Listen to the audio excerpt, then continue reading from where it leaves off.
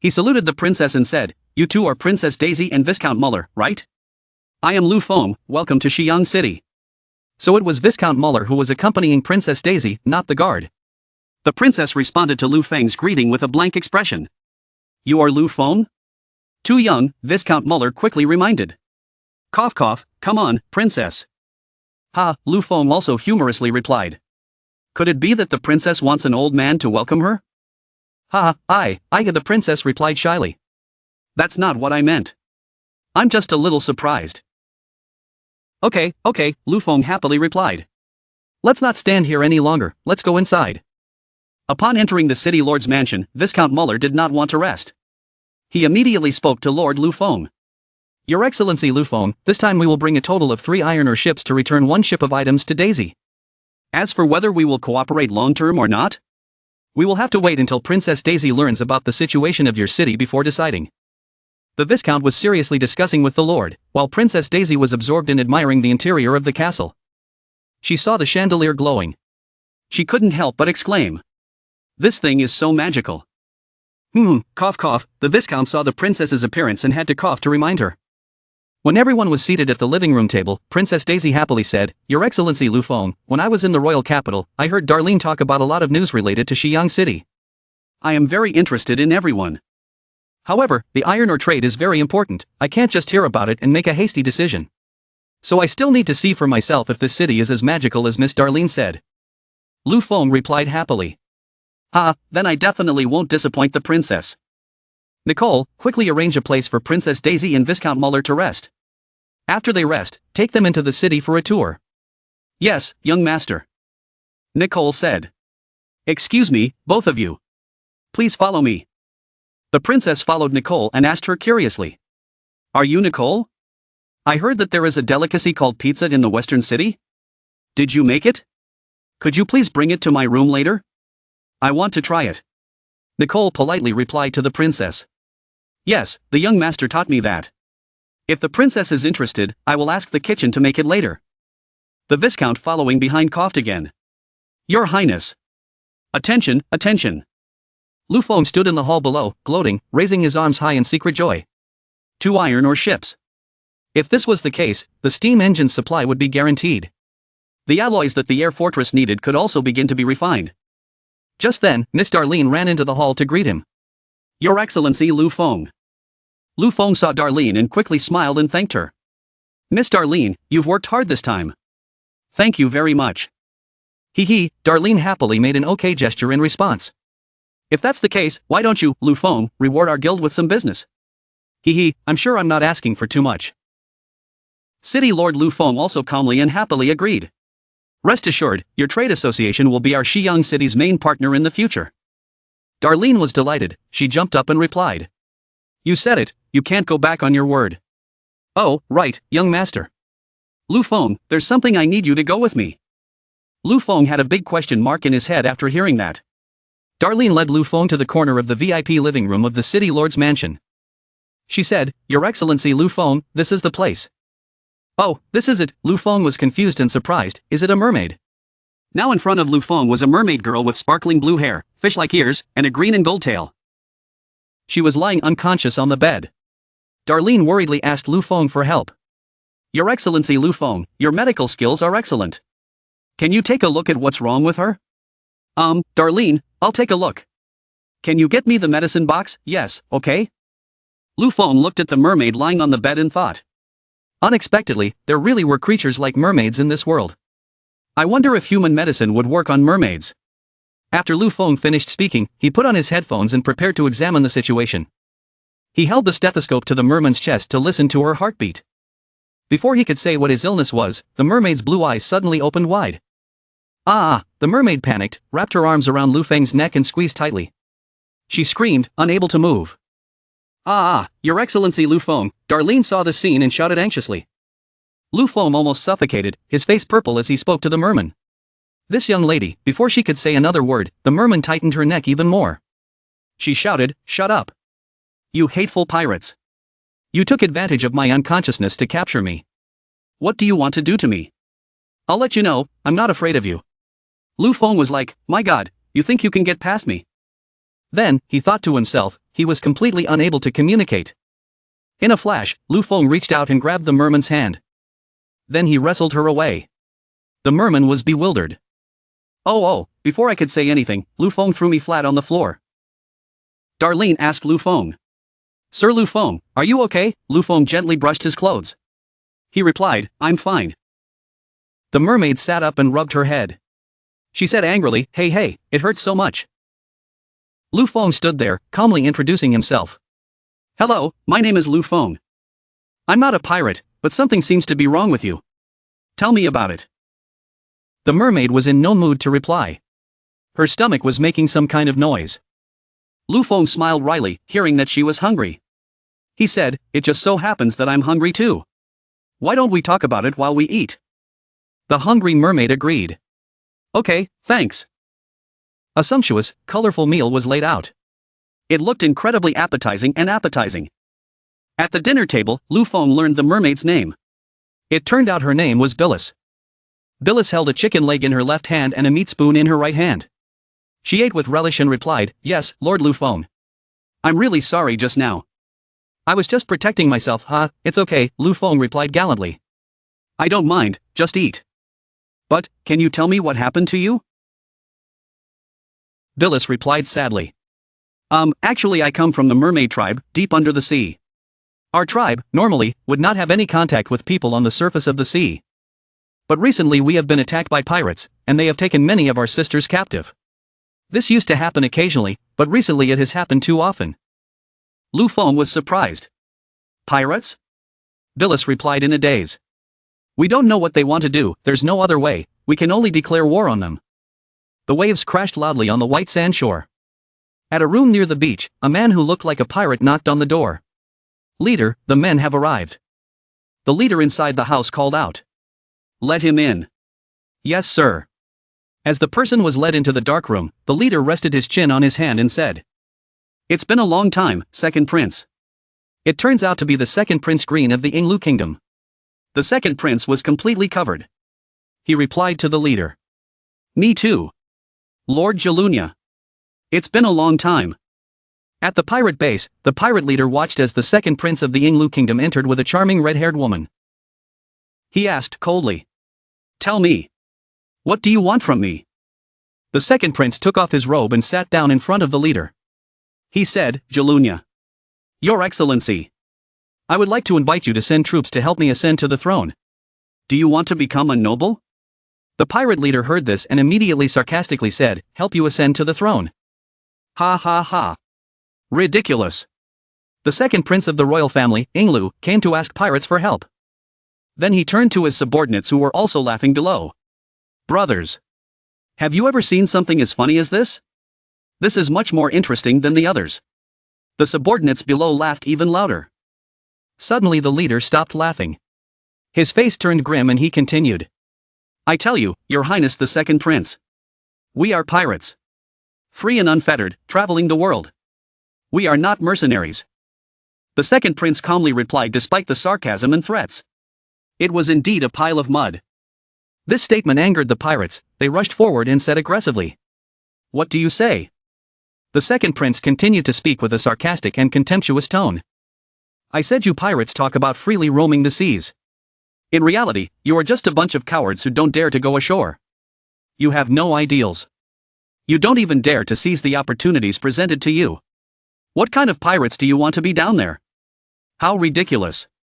Hearing this, the pirates could not keep calm.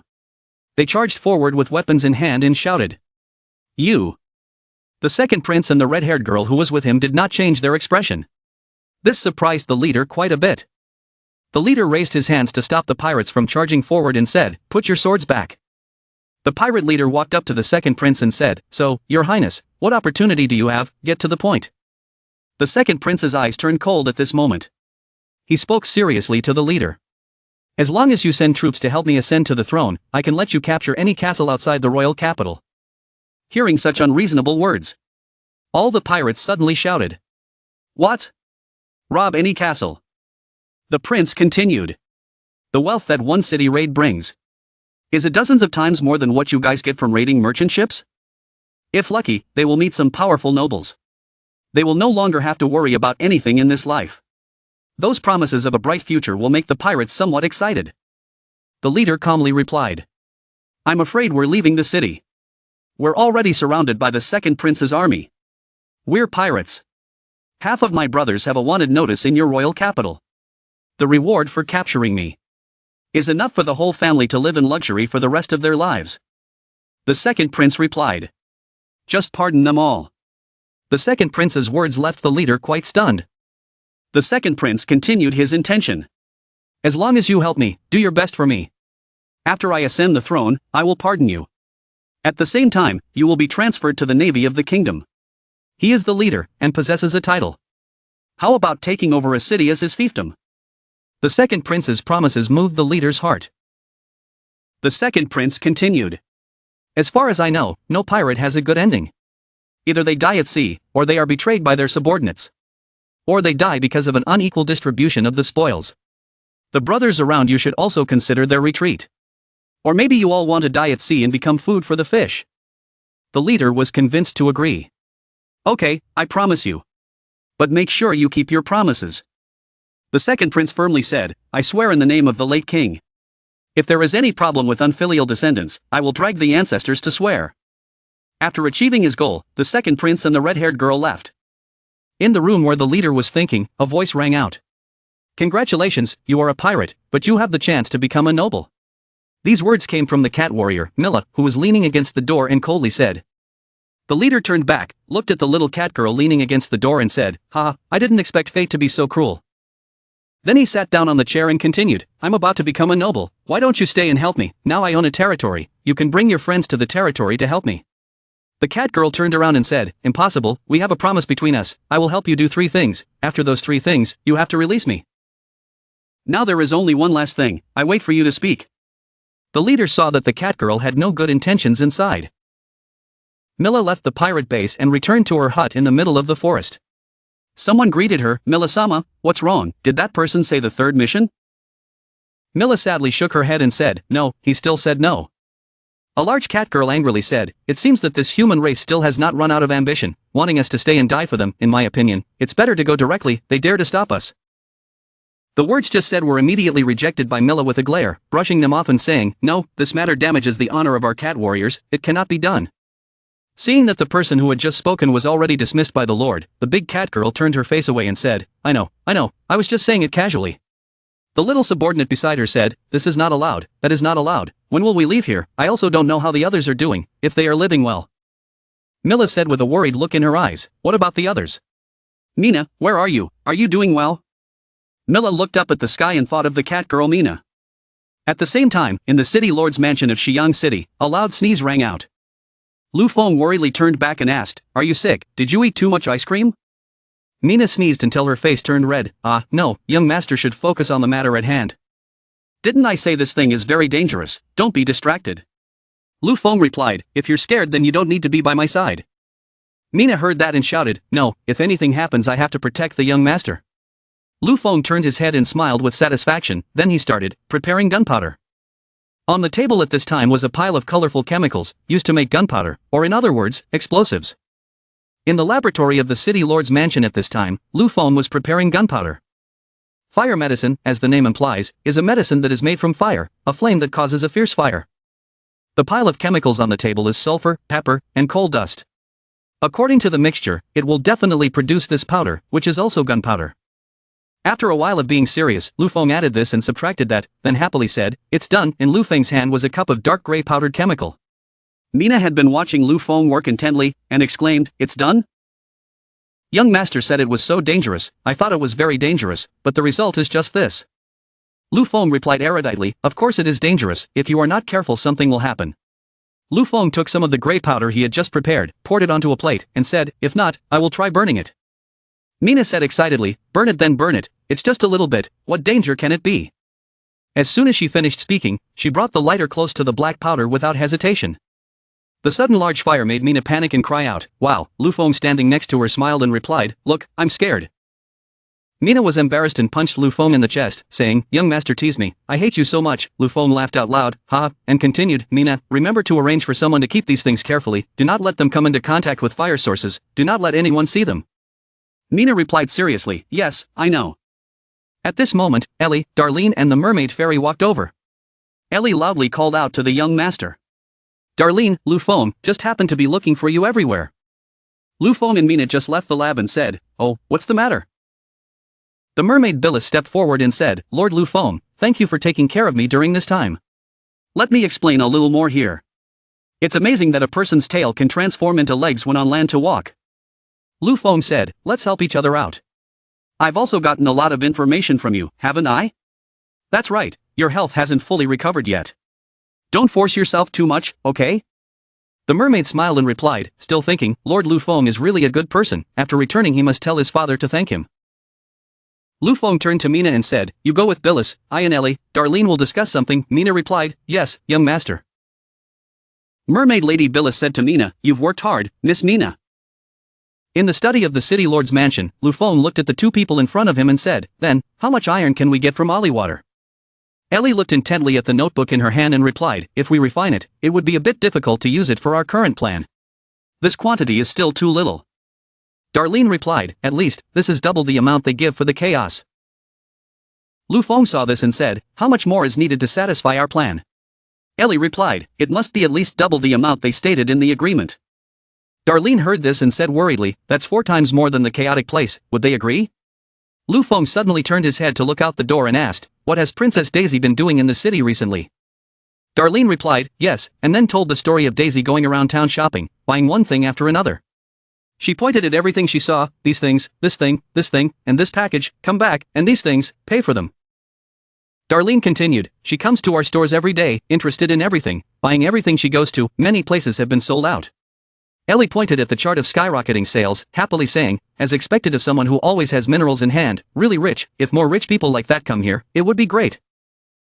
Lu Feng raised his hand to his chin and said with satisfaction, this is a good thing, the more things we have to attract them, the easier it will be to get more valuable things during negotiations. Darlene agreed, that's right, yesterday when they went to the granary, it seemed they were very interested in Lu Feng's steam engine, looking for news about steam engines everywhere. Hearing that, Lu Feng was surprised, a steam engine? Ellie shouted excitedly, a steam engine, the young master worked so hard to make it, they want to use it? Lu Feng suddenly became happy and said, this is also an opportunity. Ellie looked at Lu Feng and said, young master, it's not what you want, that's a steam engine, if someone else uses this to chase after our development, what should we do? Lu Feng replied with the intention he just thought of, it's fine, as long as the latest technology is in our hands, then nothing else matters. It's rare to find someone with such foresight and interest in this kind of thing. Let's make good use of it. Ellie, tell the person to take the initiative to reveal some information about the steam engine, so that the person will always know the function of the steam engine. They will definitely be made to think that they must buy it. Ellie was still a little worried but replied, yes. The next day, Ellie's voice was excited and happy, young master, Princess Daisy and Mr. Muller have arrived. Lu Feng greeted enthusiastically, how are you two today? Princess Daisy's voice was cheerful, already very happy, Xiang City was truly a charming city. Being praised like that, Lu Feng's heart blossomed and replied, that's good, let's begin. Duke Muller replied, alright, Your Excellency Lu Feng, then looked at the treaty in his hand and continued, Your Excellency Lu Feng, according to Miss Darlene's words. Everyone's western city will arrange for ships to bring wheat and cloth to our country every month. The price will be calculated according to 7 parts of the price of the chaotic place converted into iron ore. Is there any problem with that? Ellie heard that and immediately said, it was related to the amount of iron ore. Before Ellie could finish, Lu Feng replied, no problem, just follow this agreement. Ellie said in surprise, young master, Lu Feng went back to reassure, don't be in a hurry. Duke Muller turned to look at the princess and exchanged glances, Princess Daisy, the princess replied, the dwarf duke has received consent. Turning to Lu Feng, Your Excellency Lu Feng, before that, we still want to add one more thing to the agreement. Lu Feng exclaimed in surprise, thinking, it's here. The dwarf duke continued, we were in Xiang City and saw something called a steam engine, it is said to be a secret of Xiang City. But we hope to be able to buy 2 machines, I hope Lu Feng can agree. Lu Feng closed his eyes and answered mysteriously, steam engine, not cheap. Muller continued, our conditions can be satisfied, Lu Feng just say it.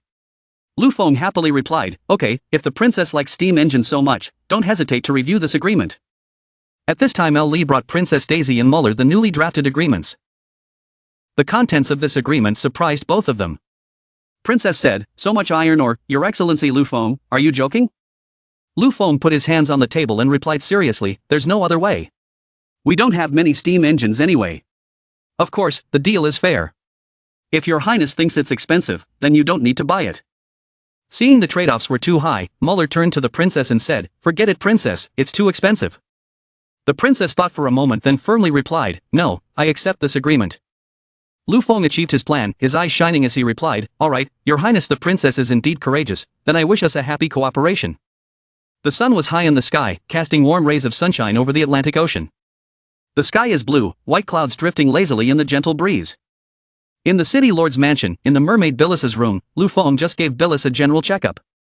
Handing the first aid kit to the girl with pigtails, he smiled and said to the mermaid sitting on the bed, "Yes, Bilis, your health has recovered." Hearing that, the mermaid was in an extremely good mood and replied, "Really? That's great." Lu Feng continued, "That's right, tomorrow the dwarf nation ship will return to Ali Nation, will you go home with them? That way, you will have someone to help you on the way. Of course, I will still welcome you, if you want to stay in Xiang City for a few more days, that's fine too." The merman gently shook his head and replied, "I also want to, but after my accident there has been no news for a long time, I will return soon so they can rest assured." "That, your excellency Lu Feng." The mermaid's voice became hesitant, "Can I still come to Xiang City to play in the future?" The mermaid raised her sparkling blue eyes to look at Lu Feng. Lu Feng looked at the mermaid's adorable face and replied, "Of course, the gates of Xiang City are always open to everyone, Nicole, Ellie, they will also welcome her." Lu Feng thought in his mind, if he had a good relationship with the mermaid tribe, it might be beneficial for the future development of Xiang City. With the consent of the lord of Xiang City, the mermaid happily cheered, thanking Lu Feng. At the port of Taeduong City, a large ship was being loaded with goods. The dwarven ship was preparing to depart to return to the territory. Duke Muller bowed his head and said, "Princess, everything is on the boat." Princess Daisy replied, "Let's get ready to go." From afar, Lu Feng and Mina walked over and called out. Princess Daisy, seeing Lu Feng come to see her off, replied, "Your Highness Lu Feng. This time coming to Taeduong City really opened my eyes. Thank you Lu Feng for your hospitality, but we don't have enough time, and we haven't had enough." Lu Feng happily replied upon hearing this. "Ha, Miss Daisy, you can come to Xiang City anytime, we are very welcome." Daisy winked slyly, "I see people welcome our iron ore." "Forget it, we really like those strange things anyway, let's have a good cooperation." Lu Feng reached out to shake hands with the princess, wishing her a smooth journey. The dwarven fleet left the harbor and headed out to sea. On the ship, Miller was talking to the princess. "Princess, we don't understand why you paid such a high price to get the steam engine, even though it's truly magical." Daisy was looking towards the Western Ocean and replied, "I don't know either, but my intuition tells me, it's all worth it. Consider it an investment, and I think this investment will not be a loss no matter what." Seeing the princess being so carefree, Miller helplessly held his head. "The sacrifice is really too great, princess." At this moment, behind him, a red-haired dwarf was saying to the mermaid Bilis, "Miss Bilis, please sit down and we will call you when we get there." Bilis politely replied, "Thank you for your hard work, little dwarf." Daisy looked at the mermaid in the distance and replied, "Lu Feng is really lucky, he was able to save the mermaid tribe deep under the sea, self-sufficient, outsiders are completely unable to come into contact. This time, Xiang City has connections with the mermaid tribe, the future of the sea route is no longer a concern." Muller also agreed, "That's right, the mermaid tribe sea pearls can have as much as they want." Arriving at the sea where the merfolk live, the red-haired dwarf from earlier announced, "Miss Bilis, we've arrived." Merfolk Bilis looked at the merfolk and said, "Okay, thank you everyone." Then she jumped from the boat into the sea and returned to her tribe. The mermaid swam into the sea, her white legs gradually transforming into a graceful fish tail. This underwater scene is really magical, the water is clear blue, schools of fish swim around. The mermaid swam and swam down to the bottom of the deep sea. Suddenly, two soldiers on guard duty, their faces fierce, holding spears, shouted loudly, "Stop, who is it?" Princess Bilis was startled and stopped. One of the two soldiers recognized the little fairy in front of him and happily shouted, "Princess Bilis, you're back." At the bottom of the deep sea, where the mermaid tribe lives, the scene is extremely quiet. Suddenly there is an urgent voice, "General, General." Bilis gently swam over happily, "Father, I'm back." Hearing his little daughter's voice after so many days apart, the general of the mermaid tribe, Kusin, immediately turned around and called out, "Bilis." The general rushed forward, hugged the little girl tightly, and asked with concern, "It's really great that you're back, are you okay?" Burying her face in her father's warm chest, Bilis replied, "It's okay, I'm sorry, I made father worry." The two sat down at the table and continued talking. Tuan Quan asked, "It's good that you're okay. After that battle, you were still missing. How have you been these past few days?" Bilis happily told her father, "Father, that day I took the mermaid to fight the pirates and was injured. Luckily, I was saved by a group of humans. During this time, I'd been recuperating at their place. Hearing about the hateful pirates injuring his daughter, the general angrily slammed his hand on the table and said loudly, "Those pirates, sooner or later I will settle the score with them." Then the general softened his voice and asked his daughter, "Yes, who is that group of humans?" Bilis immediately replied, "It is a noble, named Lu Feng. He is the lord of Tan Te Duong City, living next to the Yutui River." The general had a gentle expression, stroking his beard and said, "Next to the Yutui River, in the Te Duong City, then I must thank Lu Feng." Then he turned back and shouted to the people behind him, "Someone, prepare 5 chests of pearls, and when the time comes, bring them to Te Duong City." But Bilis said, "Father, it seems they don't lack pearls." Hearing these words from Bilis, the general was surprised and said, "There is no shortage of pearls, how could that be possible?" Bilis continued, "At first, I also found it hard to believe, but later I discovered that there are many, many unbelievable things in Xiang City." Then Bilis quietly told his father about the things he had seen in the western city. The general was surprised. There was such a city where humans and beastmen lived together. Bilis approached, her eyes sparkling as she asked her father, "Father, can you leave the matter of expressing gratitude to Te Duong City to me?" Realizing Bilis's intention, the general replied, "Father, I see you want to go to the western city." Bilis coquettishly said, "Okay, father." The general replied, "You rest for a while first. When I finish dealing with the pirates, we'll go see." Bilis happily replied, "Yes." One cool, moonlit evening in Xiang City, a voice said, "Young master, a guest has arrived." He held out the auction invitation that you had sent out. Lu Feng replied, "Oh, please let someone in." Lu Feng sat in the study, looking at the young man walking towards him, surprised, it was him. The red-eyed young man took off his hat and greeted Lu Feng. "Long time no see. This time I came for the security of the western city," the mysterious man said. Count Robin was in Xiang City this time to announce an important news to Lu Feng. City Lord Lu Feng asked in surprise, "A missionary group from the chief priest?" Count Robin took off his hat from his head and smiled, "Yes." Han walked to the table, picked up a piece of mung bean cake, and continued, "According to my intelligence, they are very close to Xiang City. Do you remember Parkin from last time, Lu Feng?" Count Robin took a bite of green bean cake and continued, "At first, he alone had caused some dangers to Te Duong City. This time if we let more people from the main religion enter the Western Ocean City then." Robin hesitated and continued, "So I firmly suggested that it would be best for His Excellency Lu Feng to kill them outside the city." Lu Feng sat on the chair, his eyes cold as he looked at Robin and asked, "What do you want to do?" Robin chewed on a piece of mung bean cake, waved his hand and replied, "Your Excellency Lu Feng is joking. I represent the Queen of Yadian and convey our wish to cooperate with you. The mission's intelligence is a small gift from us to you." Lu Feng smiled smugly as if he had achieved his long-cherished wish. "Oh, is that so?" Night falls. At the missionary base, the guards were strict. They were stationed in the mountains near Xiang City. Outside the tent, the voice of the missionary leader could be heard instructing his subordinates, "Tomorrow we will pretend to disperse into the city. Everyone remember the meeting place, don't make any mistakes." He crossed his arms behind his back and continued walking. After entering, everyone already knows how he acted. A blue-haired subordinate raised his hand enthusiastically to speak, contacting the lower-class people who were dissatisfied with the current situation, persuading and enticing them to believe in the god. After the god cult had enough people, they would hold some small ceremonies, create chaos, and force the city lord. The blonde-haired young man standing next to him continued, "Just like the previous cities, don't worry, our lord." It seems that these two young men memorized the lesson quite quickly. The missionary leader replied with peace of mind, "Go out and prepare." Having said that, everyone dispersed. Leaving the master's room, the two subordinates with brown hair and red hair were discussing animatedly with each other. The brown-haired one said, "I heard that the place we are going to this time has a lot of beastmen." The red-haired subordinate replied with disdain, "Beastmen are ignorant and brainless people. It was truly a light business trip." Then he raised his head to look at the sky, his eyes filled with darkness. Speaking, "I also heard that the beastmen in the Western Ocean City are not ordinary, especially the few beautiful female beastmen, not to mention the talented ones." The brown-haired man laughed happily and replied, "The beastmen probably only have that little bit of good points, huh?" The red-haired subordinate laughed and continued, saying no more, "When the time comes, I must exorcise those female beastmen well." The two were laughing and talking happily when suddenly a woman's voice rang out. Sure enough, they couldn't let them enter Xiang City. The two subordinates turned their heads and looked, startled and stunned, asking, "Who?" Mina, a cat girl, dressed in a jet-black assassin outfit, holding a shiny bladed knife, her eyes coldly looked at the two cultists standing in front of her. The two subordinates stuttered and screamed loudly, "Beastmen!" The other subordinates, who were in the tent, heard a loud noise and ran out, looking at each other in confusion and asking, "What was that noise?" Then suddenly from above, hundreds of arrows were flying straight down to the ground. A subordinate shouted loudly, in the sky, be careful. There was an enemy attack, the soldiers rushed to protect the god's tent. Many lost their lives, unable to avoid it. The master panicked and stepped out from inside to ask the guard, what's going on? The guard held a shield to block the arrows and spoke loudly, the master was careful. Suddenly the old priest's face darkened, sweat poured down his face, he looked straight ahead, not understanding what was happening. Commander Nyo Dai's troops were galloping forward, smoke billowing.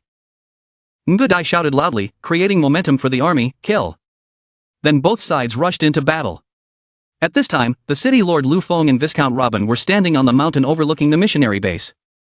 Mina turned back to report the situation, then she angrily said, "Humph, those bastards, only know how to cause trouble." Lu Feng laughed and replied, "Haha, isn't that settled?" Viscount Robin looked at Lu Feng with admiration and said, as expected of His Excellency Lu Feng's army, they are really quick to act. The missionary soldier was hit by an arrow, he cried out, "Ah," and fell flat on the ground. Nyo Dai shouted loudly, "Surrender without killing," he struggled, trying to drag his body away from here. Suddenly he stopped as if realizing something. Looking up from below at the top of the mountain, the soldier of the religion saw a very familiar person. He said loudly, "That was Robin, the Queen's man." He tried to stand up, holding on to the tent and walking. He said he had to report this. Then he ran straight into the deep forest, back to his castle to inform his master. The next morning, a court meeting was taking place in the royal palace of the Yadian kingdom. Queen Timothy was sitting majestically on the throne. She rested her chin on her hand and said, "My lords, today I would like to declare a new law." After saying that, all the ministers were holding the new law. Queen Timothy continued, everyone could look at it first, then express their thoughts. One of the ministers who had the new law in his hand read it with a panicked expression and said, "Here." Then, the ministers were surprised and said in unison, "Your Majesty, this is not good." "That's right, Your Majesty, the church on the other side will definitely have an opinion about this law, if we make them suspicious of us." Queen Timothy hesitated, saying, "The church." Then she loudly shouted, "I want to ask you, is the family my family or the church's family?" The ministers below were whispering and discussing. When they heard the king's words, they suddenly fell to their knees. The cripple trembled as he spoke, the queen calmed down, the gray-haired man's face was full of doubt, he thought to himself, indeed.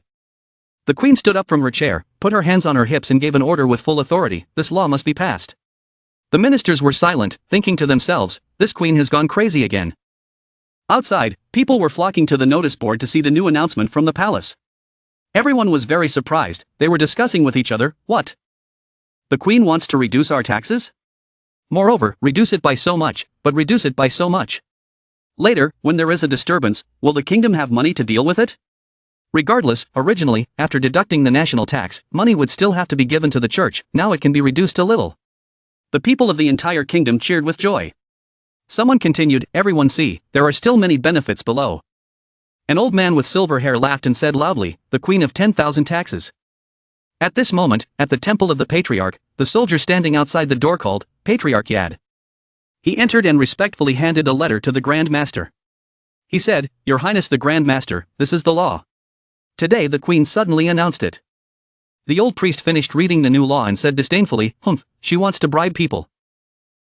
His face darkened in cruelty, he said, what a disobedient queen. Scene changes to the Western Ocean City Lord's mansion. At this time, in the study, the city lord Lu Feng was sitting and studying the blueprints for the machine. Lu Feng said, the fuel is the black oil from the Forbidden Mountain Range. The steam engine is also roughly completed. Lu Feng put his hand on his chin and said thoughtfully, It seemed time to make a new improvement. He put the paper down on the table. At this time at the office of the Western Newspaper Association. Everyone was working hard. The female employee handed Nuayu a stack of documents and said, Editor-in-Chief, this manuscript needs you to look over. Nuayu replied, okay. The staff member handed Nuayu another stack of reports and said, Editor-in-Chief, the draft of the Daily News has been completed today. Nuayu replied, okay, give it to me. Nuayu rubbed her eyes and looked at the report. She was worried and uneasy, thinking to herself, the words she can see are getting more and more blurry. If this continues, she won't go blind. Suddenly, Lu Feng walked in from outside the door and said, Nuayu. Nuayu raised her head and looked, everything in front of her was blurry. She didn't know if it was Lu Feng or not. Nuayu asked again, is it Your Excellency Lu Feng? Lu Feng smiled and replied, could it be fake? Nuayu happily exclaimed, it really is Your Excellency Lu Feng. Nuayu smiled and said shyly, no, I didn't mean it like that, I just didn't see clearly just now. Ellie asked with a worried expression, are you too busy? Nuayu, take care of your health. Nuayu looked very happy to be cared for by someone. She replied, "Thank you Miss Ellie for your concern." Nuayu asked the city lord, "Your Excellency Lu Feng, is there something new that needs to be advertised by the press this time?" Lu Feng smiled and replied, "Yes." Lu Feng handed Nuayu the paper and said, "This is what I need you to help me promote, find the nearest date to publish it." Nuayu replied, "Okay, let me read it for a bit." She held the paper close to her face and squinted her eyes. Lu Feng sensed something was wrong and quickly said, "Nuayu." Nuayu looked at the paper and replied, "What's wrong, Lord Lu Feng?" Lu Feng stepped back. He raised his hand and asked Nuayu, "What number is this?" Nuayu frowned and tried to squint her eyes to see clearly. She hesitantly replied, Number 3.3, right?" She was worried that people would find out about her illness. She thought to herself, dangerous, dangerous. If she was discovered to be unable to see clearly, would she be fired? Hoo. Lu Feng sighed, just as he thought. Lu Feng said, "Indeed." Before she could finish her sentence, Nuayu's eyes were filled with tears, looking pitiful. She hurriedly said, "Lord Lu Feng. I'm sorry, please don't fire me. I won't delay your work." Lu Feng smiled and replied gently and kindly. "Chase away, what are you talking about? It's just nearsightedness." "I won't chase away." Nuayu looked bewildered and confused. She didn't understand what Lu Feng was talking about. Nearsightedness, what was that? Having said that, Lu Feng took out a glasses case from his body and gave it to Nuayu, saying, "This explanation is complicated. Just give me this to wear." Nuayu, still confused, replied, "Thank you, Lord Lu Feng." Nuayu put on her glasses. She didn't know if she had put them on correctly, so she asked Lu Feng, "Is it like this?" She was very surprised. Everything appeared before her eyes so clearly. Nuayu cheered in her heart. "Ah, I see clearly." Everyone was stunned for 5 seconds when Nuayu put on her glasses. Suddenly Ellie opened her mouth. Shouted loudly. "Ah, so cute." The staff gathered to look at Nuayu. Admiring, their faces full of admiration also shouted. "Wow. The editor-in-chief is so cute." Nuayu didn't understand what was going on. Suddenly everyone came to her. She shyly asked back. "Cute, say me." Me. City Lord Lu Feng was also stunned by this cuteness. He thought to himself, the killing power of the glasses is indeed very strong. Lu Feng said. "Nuayu, pay attention to your reading posture in the future. Don't read in a dark place. If you can't see clearly again, remember to find me soon." Nuayu was full of energy. She spoke loudly. "Yes, Lord Lu Feng." "Everyone, stop looking and get to work." The female staff members stared at Nuayu. They answered in unison. "Yes, Lord Editor-in-Chief." With that, everyone dispersed. Returning to their work. Nuayu said shyly. "Excuse me, Lord Lu Feng. I'll look at your documents right away." She picked up Lu Feng's document and read it. This is it. People flocked to the press fair to buy newspapers to read. "Give me a newspaper." A beastman boy walked while reading the latest news on the newspaper with a thoughtful expression and said, "Oh, the factory." Lu Feng held a meeting with all the people of Xiang City to inform everyone of the new plan. As Lu Feng stepped onto the stage, Mina followed behind. The people cheered endlessly. "Long live the city lord. Lu Feng, I love you." Not keeping everyone waiting, Lu Feng spoke. "Residents, I think everyone who reads the newspaper knows. I have opened a new steam engine factory in Xiang City. To help our Xiang City become more prosperous and enter a new stage." Suddenly, a well-dressed man with slicked back hair interrupted Lu Feng. "Your Excellency Lu Feng, may I ask what a steam engine power plant is?" A person behind him fell silent, focusing his gaze on this strange man. Lu Feng stroked his chin and explained calmly. Simply put, it was a large factory that used steam engines as the power source to carry out production lines. It was a place where the power of machines replaced human hands. At that time, with the help of steam engines, the production output of each worker would increase by 5 to 10 times compared to today. The man's eyes widened, his mouth gaped open, surprised, asking, "That many?" City Lord Lu Feng continued proudly, "This place will be the center of our Western City, becoming the most important lifeline of Western City. Of course, the salary here will also be the highest." Hearing this, everyone was delighted, raised their hands in approval, and shouted, believing in Lu Feng completely. Even though they didn't understand what he was saying, if they followed Lord Lu Feng, they would be able to do it. Even if Lord Lu Feng didn't say this, we would still participate. Receiving the enthusiastic response of the people of Xiang City, the city Lord Lu Feng excitedly and solemnly said, Then I declare, the industrial age of Xiang City begins here. At this moment, under the golden sunlight, the castle of the Yadian kingdom appeared so poetic. Suddenly, a loud shout rang out. What? I don't know what happened. The old sect master's face twitched. He was angry and shouted loudly. The missionary team arrived at the western city, and all of them died. Killed by the people of the western city. The soldier replied tremblingly. Yes, my lord. Furthermore, I saw it in the western city. The queen's men, this is a trap, my lord. This soldier was the sole survivor of the ambush near Xiang City. He used all his strength to run back to report to his master. Hearing this, the old sect leader's face darkened, his eyes were cold, he gritted his teeth, and muttered, Queen. Perhaps he was plotting something. The old sect master placed both hands on the scepter. He was deep in thought about his plan for revenge. Suddenly a soldier came in and reported in panic. Grand Master, your subordinate has something to report. The old master said in a harsh voice. Speak. The soldier continued to report. There are some rumors spreading in the city that are not favorable to us. The detective investigating is the princess's man. Hearing this, the old priest became angry. He slammed his hand on the chair. A loud bang. He stood up with a stiff body. His eyes were as sharp as daggers. His cheeks were gaunt. His neck was strained and he shouted loudly. Queen! That brat again. I gave her the throne. She repaid me like this.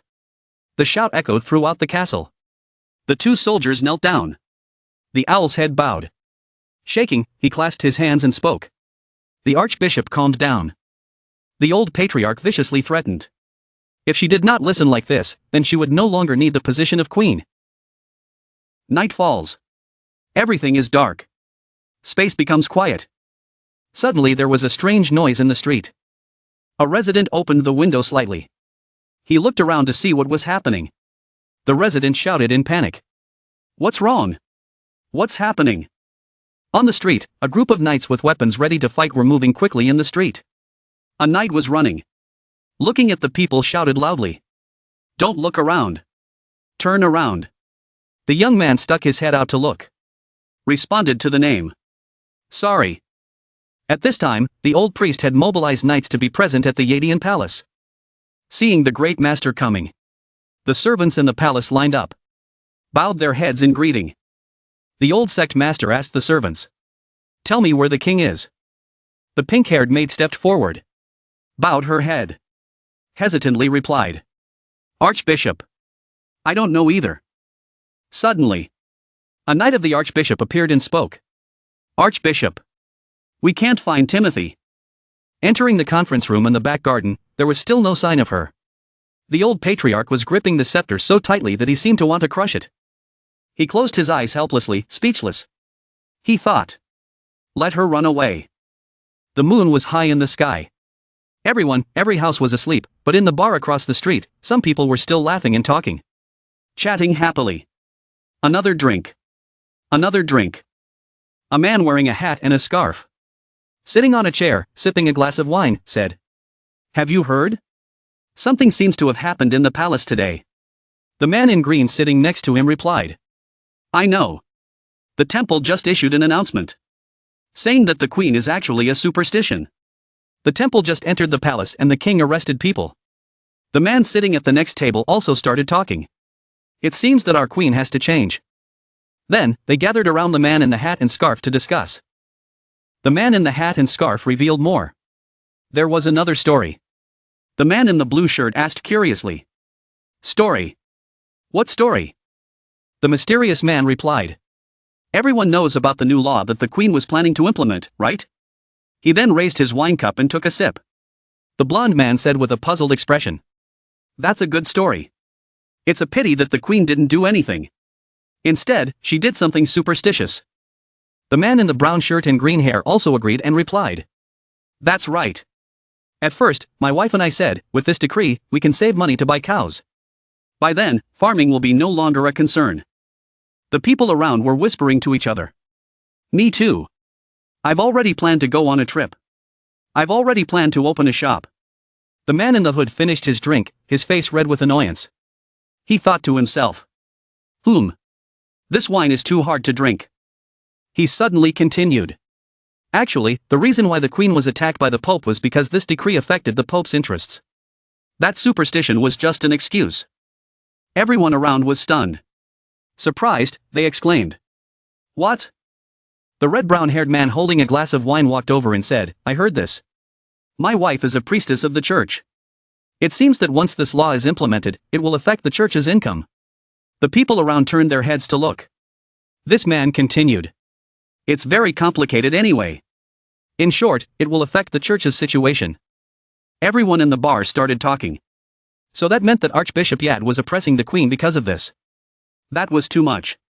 That was right. Impossible. How could the God Master do such a thing? Suddenly the atmosphere became tense. They fought fiercely with each other. So tell me. The queen is so good. Why did the archbishop lead troops to storm the palace? Isn't that because she is superstitious? Where is the evidence?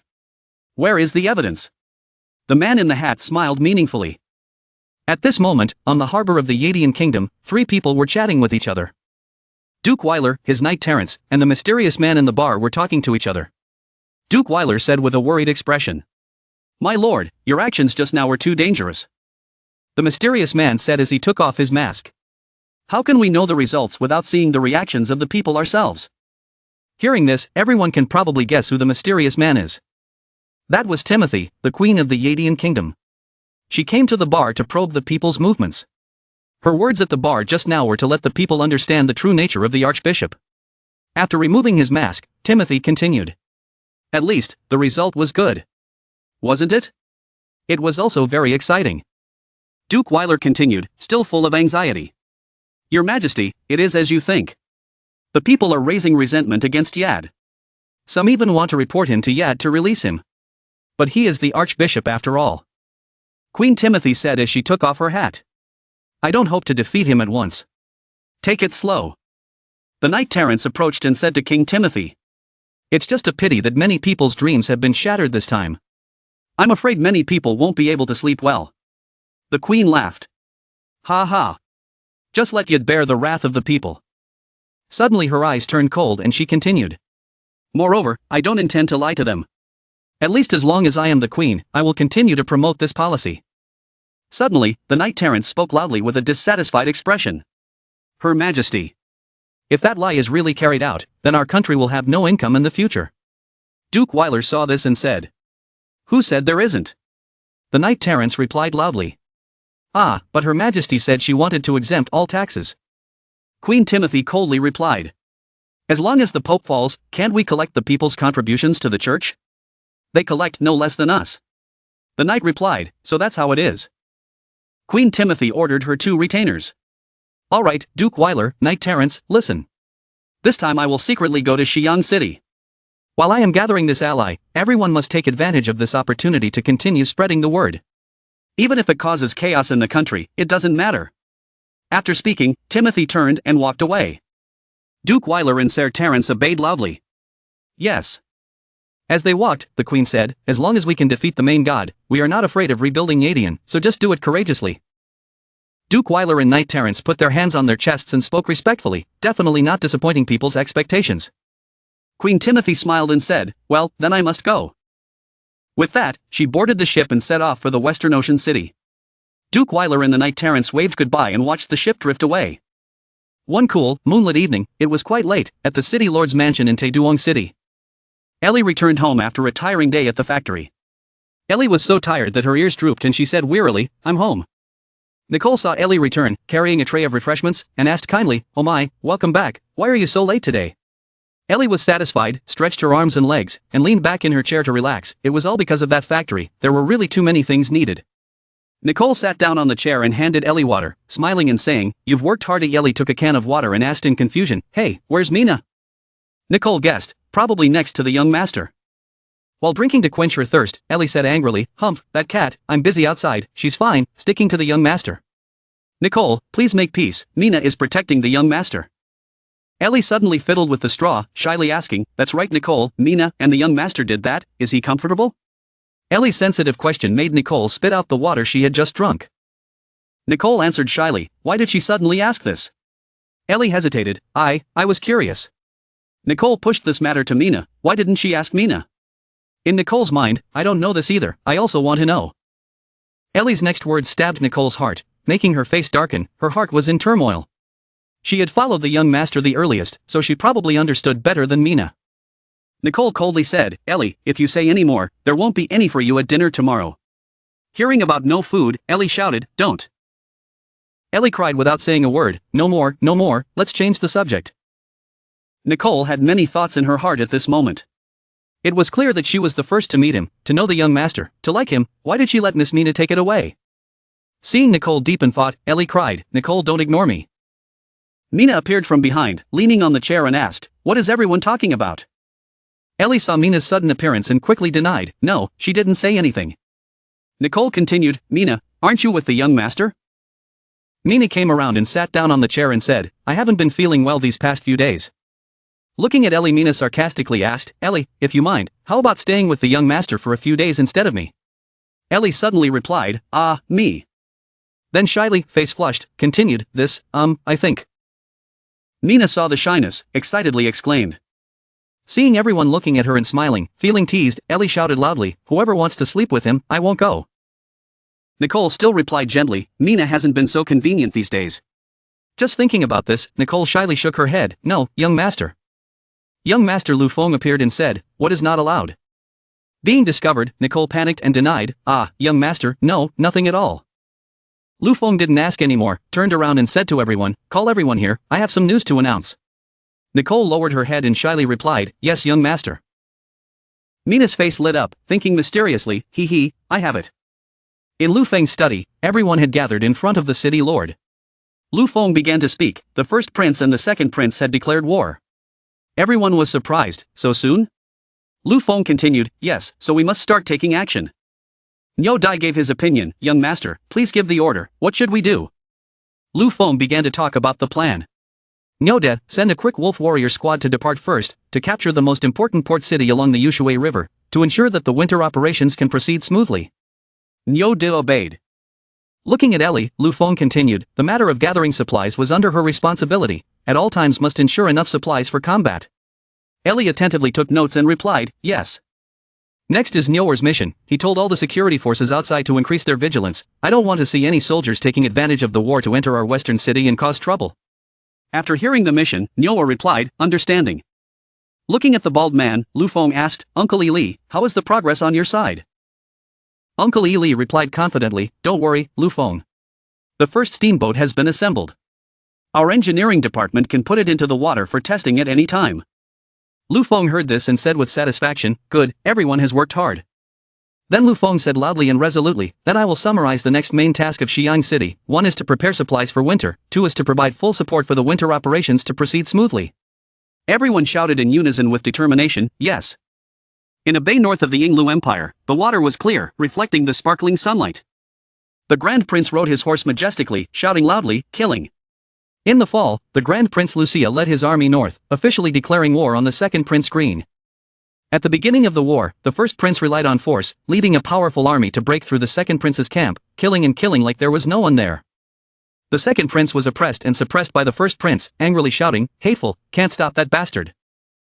The remnants of the second prince's army reported, retreat, your highness. Seeing the dangerous situation, the second prince shouted and retreated. Green lacked capable generals, could not fight, no one could stop the crown prince, only retreated one by one. The first Prince Lucia was as strong as a bamboo, traveling thousands of miles, while the second Prince Green could only follow the river route, barely holding the front line. In the second Prince Green's mansion, he was angrily talking to his female subordinate Black Iris beside him. Damn it, is it possible that he can only continue to be so arrogant? The red-haired woman immediately spoke up to reassure him, Your Highness, rest assured, we are your allies. We have thought of a way. Like a drowning man clutching at straws, Green watched with expectant eyes to see what she would do. A huge arm opened the door and entered. A red-haired woman introduced herself. Let me introduce you, this is our Black Iris fighter. Lord Black Dao, with him here, there is no need to worry about the eldest prince. A giant man appeared, greeted, and paid his respects to his highness. Looking at the giant in front of him, the second prince said doubtfully, relying only on him. A female voice, with a hint of sarcasm, replied, It seems that his highness does not believe us, Black Iris. Seeing the unannounced appearance of a blue-haired girl before him, Green asked, Who are you? The girl replied indifferently, Black Iris, Deacon Kim greets Your Highness. Your Highness can rest assured, we can help you take back a city. Hearing her confident words, the second prince let out an "oh" sound. In the dark night, at Lucia's camp, under the light of the moon, a fierce fire broke out, engulfing every tent. The passive soldiers were surprised and shouted, It's on fire. The crown prince heard that and rushed out to ask, what happened? Seeing the entire camp engulfed in flames, a subordinate stepped forward to report to Your Highness, someone set fire to the food storage. Hearing that the food storage was on fire, Your Highness broke out in a cold sweat. What, how disgusting, what are you still standing there for, quickly put out the fire. Suddenly, a man rushed forward and said, Your Majesty, something's wrong. The second prince's army is attacking here. Hearing those words was like a thunderclap. The first prince was stunned. What? Immediately the crown prince sent his army out to fight. Hateful, counterattack, quickly organize a counterattack. On the second prince's side, leading the army was the Black Dao Lord of Black Iris. With a heroic appearance, he swung his sword and the ground suddenly split in two. The Grand Prince's army became panic-stricken, and the ground cracked open.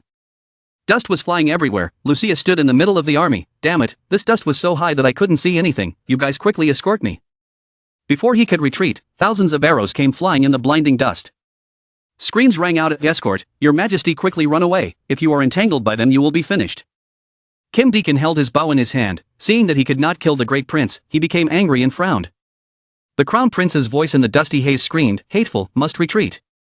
The Dark Lord's cold voice was not enough to warm me up. Seeing that he had won, the first prince ran away. The second prince laughed excitedly, Mr. Black Dao. Kim, well done. When I succeed in ascending the throne, I will definitely give you all a great reward. The two people replied, Thank you, Your Highness. The second prince happily thought to himself, Lucia, wait until my reinforcements arrive, I'll see what else you can do. At the port, Yutui River, Taeduong City, under the sunlight a large ship is preparing to launch. On the shore, a large crowd of curious onlookers gathered, filling the entire riverbank, looking at the boat with two large columns of air in front of it. Robin asked, Sir Lu Feng, how many more miracles have you created? Lu Feng humbly replied, Robin, you're exaggerating too much. This is just a necessary part of the development of science. I just let it come into being first. Robin replied, Your Excellency, Lu Feng is being too modest. Behind them, the people were still gaping in amazement at the scale of the ship. Robin asked again, Lu Feng, I have a question. Lu Feng replied, You tell me. Robin began to speak of his doubts. With your strength, even if the first prince and second prince join forces to attack, it would be difficult to deal with you. Why do you have to wait until winter when the weather is so troublesome? Lu Feng replied, This is to reduce unnecessary losses. Each soldier I train costs a lot of money. Each time I lose a person, it will cost a large sum of money. Furthermore, even if one did not think about the economic loss, every soldier had their own family and friends, they could not live without them. One less death would mean one less tragedy. If there was a way to reduce casualties to the lowest level, why not do it happily? Looking at the excited civilians in front of him, Lu Feng spoke his thoughts. Simply put, when dealing with soldiers, I don't want to simply see them as a number, nor do I want to become like that. Robin replied with satisfaction, so that's how it is. So, where is your queen? When will she arrive? Robin replied. Soon, soon. Probably in 2 days. Looking at the strangely structured ship in front of her, the queen asked in surprise, What is that? A villager replied, One look and you can tell the young lady is an outsider, right? Then he happily continued, That was a new invention of our city, it seemed to be a steamboat. Hearing the strange things the young man had just said, the girl asked again, Steamboat, what a strange name. Everyone around laughed loudly, At first we were not used to it, but later we got used to it. I heard that it doesn't require human strength, just boil water and it can move by itself, the city lord said, this is a scientific thing. Hearing these strange things, the blonde girl thought, science, something never heard of before. Then she smiled meaningfully and said, the city lord Lu Feng is really getting more and more interesting to me. At this moment, in the military base of the Grand Prince Lucia, the prince shouted, 3 cities, when Green and I were fighting, Lu Feng dared to attack 3 cities. Mobilize the army, I must teach this bastard Lu Feng a lesson. There were voices of opposition, Your Majesty, if we deal with Xiang City now, I'm afraid the second prince will quickly attack here, by then we will be enemies from front to back, it will be very troublesome for us. The viscounts below panicked and stopped the crown prince. The crown prince shouted angrily, so what do you guys think I should do? The food was burned, and there were attackers behind them. How should we fight this battle? The viscounts below were at a loss for words. The subordinate of the chief priest stroked his beard and said, Your Majesty, rest assured. The chief priest has already sent someone to arrange the food supply issue, and it has been delivered now. As for Xiang City, we will wait until we have dealt with that second prince and unified the whole situation. It won't be too late to slowly resolve it. The first prince calmed down, so there was some good news. The archdeacon continued, but your majesty, before winter comes, the war must end. Otherwise, our supplies will not be able to keep up. The grand prince replied coldly, then it is not certain, as long as we kill all of Green's men, their supplies, won't they be ours in the winter? The grand prince said with a face full of vicious ambition. At the city lord's mansion in Xiang City, Robin introduced the girl who had just entered. Your Excellency Lu Feng, let me introduce, the Queen of Yadian, His Majesty Timothy. Lu Feng stepped forward to greet them, welcoming them to Xiang City. To maintain confidentiality, everything could only be kept simple. Queen Timothy politely replied, it's fine, that's fine too. Your Excellency is Lu Feng. Lu Feng replied somewhat surprised, what's wrong? The queen's face suddenly lit up as she said, you are very handsome, I like you very much, let's get married, then we will rule Yadian together. The queen's frankness made the three girls behind her open their eyes and mouths wide open. Lu Feng skillfully avoided the situation, Your Majesty Timothy, you really know how to joke, you've come all the way here, you've worked hard, why don't you rest first? Extremely surprised by the queen's strange words, Robin panicked, Your Majesty, what did you just say, are you serious? The queen gently sat down on the chair and replied, I am very serious. A genius like Lu Feng, compared to just having a cooperative relationship, wouldn't it be better to let him truly become one of yours? The room was filled with angry voices, that vixen was really too much, I didn't care, I wanted to scold her, just arrived and already wanted to seduce the young master, it was too much. Ellie's voice was getting louder, Mina beside her comforted her, Ellie, calm down, you are the vixen. Doesn't this prove that the young master is very determined? Okay, just trust the young master. Ellie turned her head and said, of course I trust the young master. Ignoring the conversation between the other two, Nicole sat in a corner, deep in thought. Recalling the queen's words just now, Nicole muttered under her breath, but she wanted to drag the young master to Yadian, then Nicole made up her mind, okay, I've decided. Nicole suddenly stood up, startling Ellie. She startled me. Then Nicole stood up and walked away, deciding to carry out her plan, making the two people behind her very confused. Mina's voice was full of sarcasm as she said, hey, Ellie, you're late again. Ellie replied in surprise, what's late? Mina teased her again, saying she was stupid. Nicole walked to the door of the study, took a breath, and exhaled, calming herself. Making up her mind, Nicole opened the door and walked in. Looking at Lu Feng who was still busy working, she said, young master, it's time to rest. Lu Feng still didn't raise his head and replied, okay, wait for me to finish this matter. She came closer, is the work urgent? Lu Feng replied, it's not urgent. Nicole said nothing, snatched the document on the table. Her next action was even more surprising, she went forward and kissed Lu Feng on the cheek. Her voice became seductive, full of seduction as she said, young master, you should rest with me, her hand intentionally placed on the hot place. Lu Feng looked at her blushing. The documents on the table flew in disarray, only Nicole's voice remained, young master, please slow down. The air was filled with the smell of love. After that, imagine this part. After a long while, in the bedroom, on the bed, two people were naked, lying intimately. Lu Feng scolded lovingly, Nicole was really bold tonight. Nicole was shy, young master, don't say it. Nestling into Lu Feng's chest, Nicole's cheeks flushed as she said, young master, do you know what the luckiest thing in my life is? She gently placed her hand on his chest, then reached out to hold Lu Feng's hand, and continued, it was to be able to meet him. Lu Feng leisurely raised his hand to gently caress the charming face, listening to Nicole continue, I like the young master, and I am also worried that the young master will be taken away by someone, taken to a place where I will not be able to see him. Therefore, today I was stimulated by Queen Yadian, so I wanted to take the initiative. Seeing the young master teasing her, Nicole shyly replied, don't laugh at me anymore, young master. Gently holding the little hand that was placed on his chest, Lu Feng explained, actually the lucky one should be him, he was an orphan. No one cared about the past, no one cared about life or death. Until I met you guys, I felt like a family. Don't worry, I value everyone very much, you too, Mina too, everyone too, I value everyone in Taeduong City. Now as well as in the future, what he wants is for the people to have happy days as protectors. Is the Yadian kingdom that great, then you don't care at all? Hearing what young master Lu Feng said, Nicole felt secure and nestled into Lu Feng's arms. As happy as the two people in the room were, outside the door, Mina was silently bowing her head. Mina was extremely disappointed, she never expected that all the feelings she had given to Lu Feng. At this moment, he would treat her like trash. At this moment, he was happy with Nicole. Did he think that my heart was in pain 1,000 times? I knew this would happen, but why does my heart hurt so much? Crying now is useless, he has forgotten those years, the bitterness of every word of love is far away. The western sunshine no longer makes me happy, because now I know that our love story has nothing left. That one day you will come, you will welcome me into the fresh morning sunlight, like those sharp thorns that make me truly let go. The next morning, in the city lord's mansion, there was a happy hum.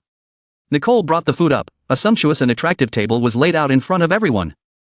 Nicole's mind was still immersed in the sweetness of last night. Seeing Nicole in such a good mood, Mina immediately spoke sarcastically, "Oh, you must have been tired last night, why don't you rest a little more?" Mina's words made Nicole suddenly feel embarrassed. "Mina." Seeing that, Mina continued to speak, "Aren't you tired?" "I'm tired every time." Nicole replied, 3 parts shy, 7 parts bashful, "Not too tired, young master, very gentle." Mina covered her mouth meaningfully, "Oh, gentle." Nicole's patience had reached its peak, she angrily said with a dark face, "Mina, if you say any more, today's meal will be all bitter melon." Nicole's words made Mina completely collapse, sadly saying, "If you don't want to say anything, then forget it," then obediently sat down to eat her breakfast. Thinking to herself, how hateful.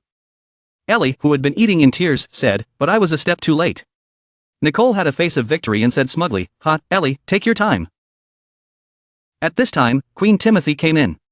The breakfast was so rich, all the dishes I had never seen before. Nicole politely greeted, "Your Highness the Queen."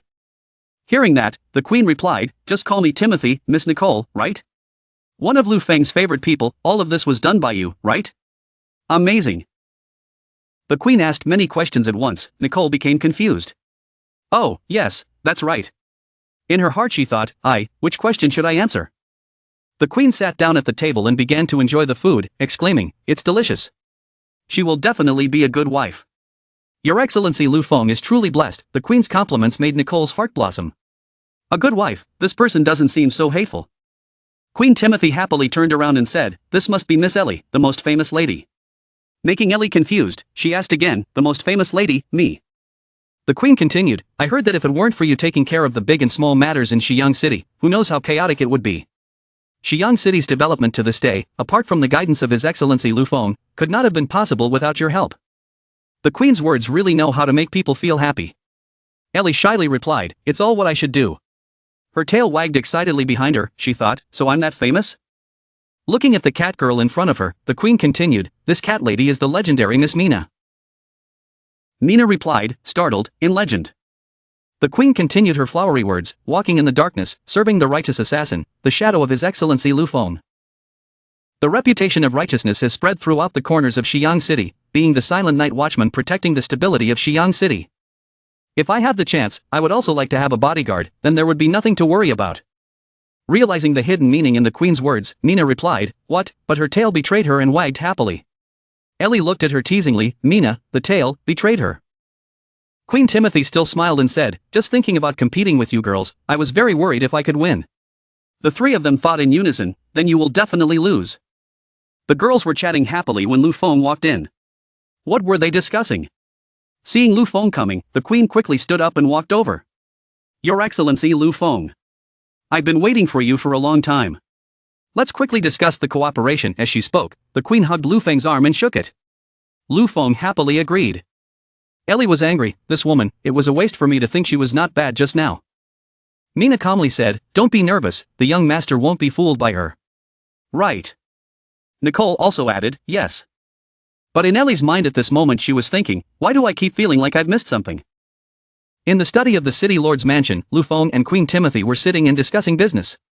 Lu Feng said, "Your Highness Timothy, do you mean to use Xiang City as an external partner to overthrow the main cult in Yadian?" The Queen continued, "Yes, I believe that as long as we have your support, we will definitely be able to do it." Lu Feng asked again, "Then what can we get from our western city?" The Queen jokingly replied, "Your Majesty Lu Feng, is it not enough to marry me and rule the country together?" Lu Feng pulled everyone back to reality, "Your Highness, it seems you don't understand clearly, what angle are you standing from to negotiate and cooperate with me? If so, today is not a good time to talk. It would be better for you to talk to Robin first before coming to me." Lu Feng's words startled Queen Timothy and she asked again, Wait." Lu Feng continued smiling, "Besides, I'm not interested in the matter of marriage, thank you for your good intentions." Lu Feng thought in his mind, "You want it for free, what a naive girl." Robin bowed to Lu Feng and left. The Queen was upset at being rejected. Robin said, "Your Highness, there is no need to be discouraged. Negotiations are like this, someone has to say it many times. It does not show that Your Highness Lu Feng has no intention of cooperating. Timothy was still looking down, her small shoulders shaking. She slammed her fist on the table, making Robin tremble in fear. The queen's voice was angry. What, don't I have that kind of charm? Thinking that the queen was angry because Lu Feng refused to borrow soldiers, after hearing that, Robin felt sorry and thought, so this is what she was interested in. Robin gently explained to the queen, Your Highness, the so-called cooperation is an action where both parties stand in a position of mutual benefit, not one side benefits. She must clearly understand why the other party wants to cooperate with her, and she must also let the other party know or guess her purpose so that both parties can benefit. At least on the surface. What Robin said made the queen think. At this time, in another corner, Ellie said to Lu Feng, Young master, do we really have to cooperate with Timothy? Lu Feng was still focused on the pile of papers on the table. If the conditions were right, having one more ally was better than having one more enemy. Ellie still did not stop, continued asking, so what are the conditions for you to cooperate with her? Lu Feng replied, of course the two premises are mutually beneficial and do not harm each other. Now Timothy only wants to use a check or a marriage certificate to ask us to help her, just based on those things, I cannot cooperate with her. Lu Feng patted Ellie's head, she confidently replied, I knew the young master wouldn't be fooled. Mina stood aside teasing, so what, just now I don't know who was worried. Being teased by Mina again, Ellie's eyes were angry like bullets. She said something bad, I didn't do it. A knock on the door interrupted the conversation. The queen and Robin came in, Your Highness Lu Feng. Lu Feng replied, Your Highness Timothy. The queen continued, please forgive my actions just now, now I want to officially discuss cooperation with you. Lu Feng didn't care about what just happened, replied, okay, any time is welcome. Ellie placed the hot teacup on the table. Queen Timothy requested, Your Majesty Lu Feng, before that, I want to ask something. Lu Feng agreed, you say it. The queen continued, it seems like you don't lack anything now, if it's money, you control half of the western region. All trade goods cannot escape from the western region, and yet you refuse to rule the country with me, I'm very curious, what exactly do you want? Lu Feng picked up the hot cup of tea and sipped it, how do you feel, Sir Timothy? Timothy spoke his mind, as far as I know, everything of his seems to be for this western ocean, what exactly is there in this city that he has his eyes on? I want to know, what exactly is his goal?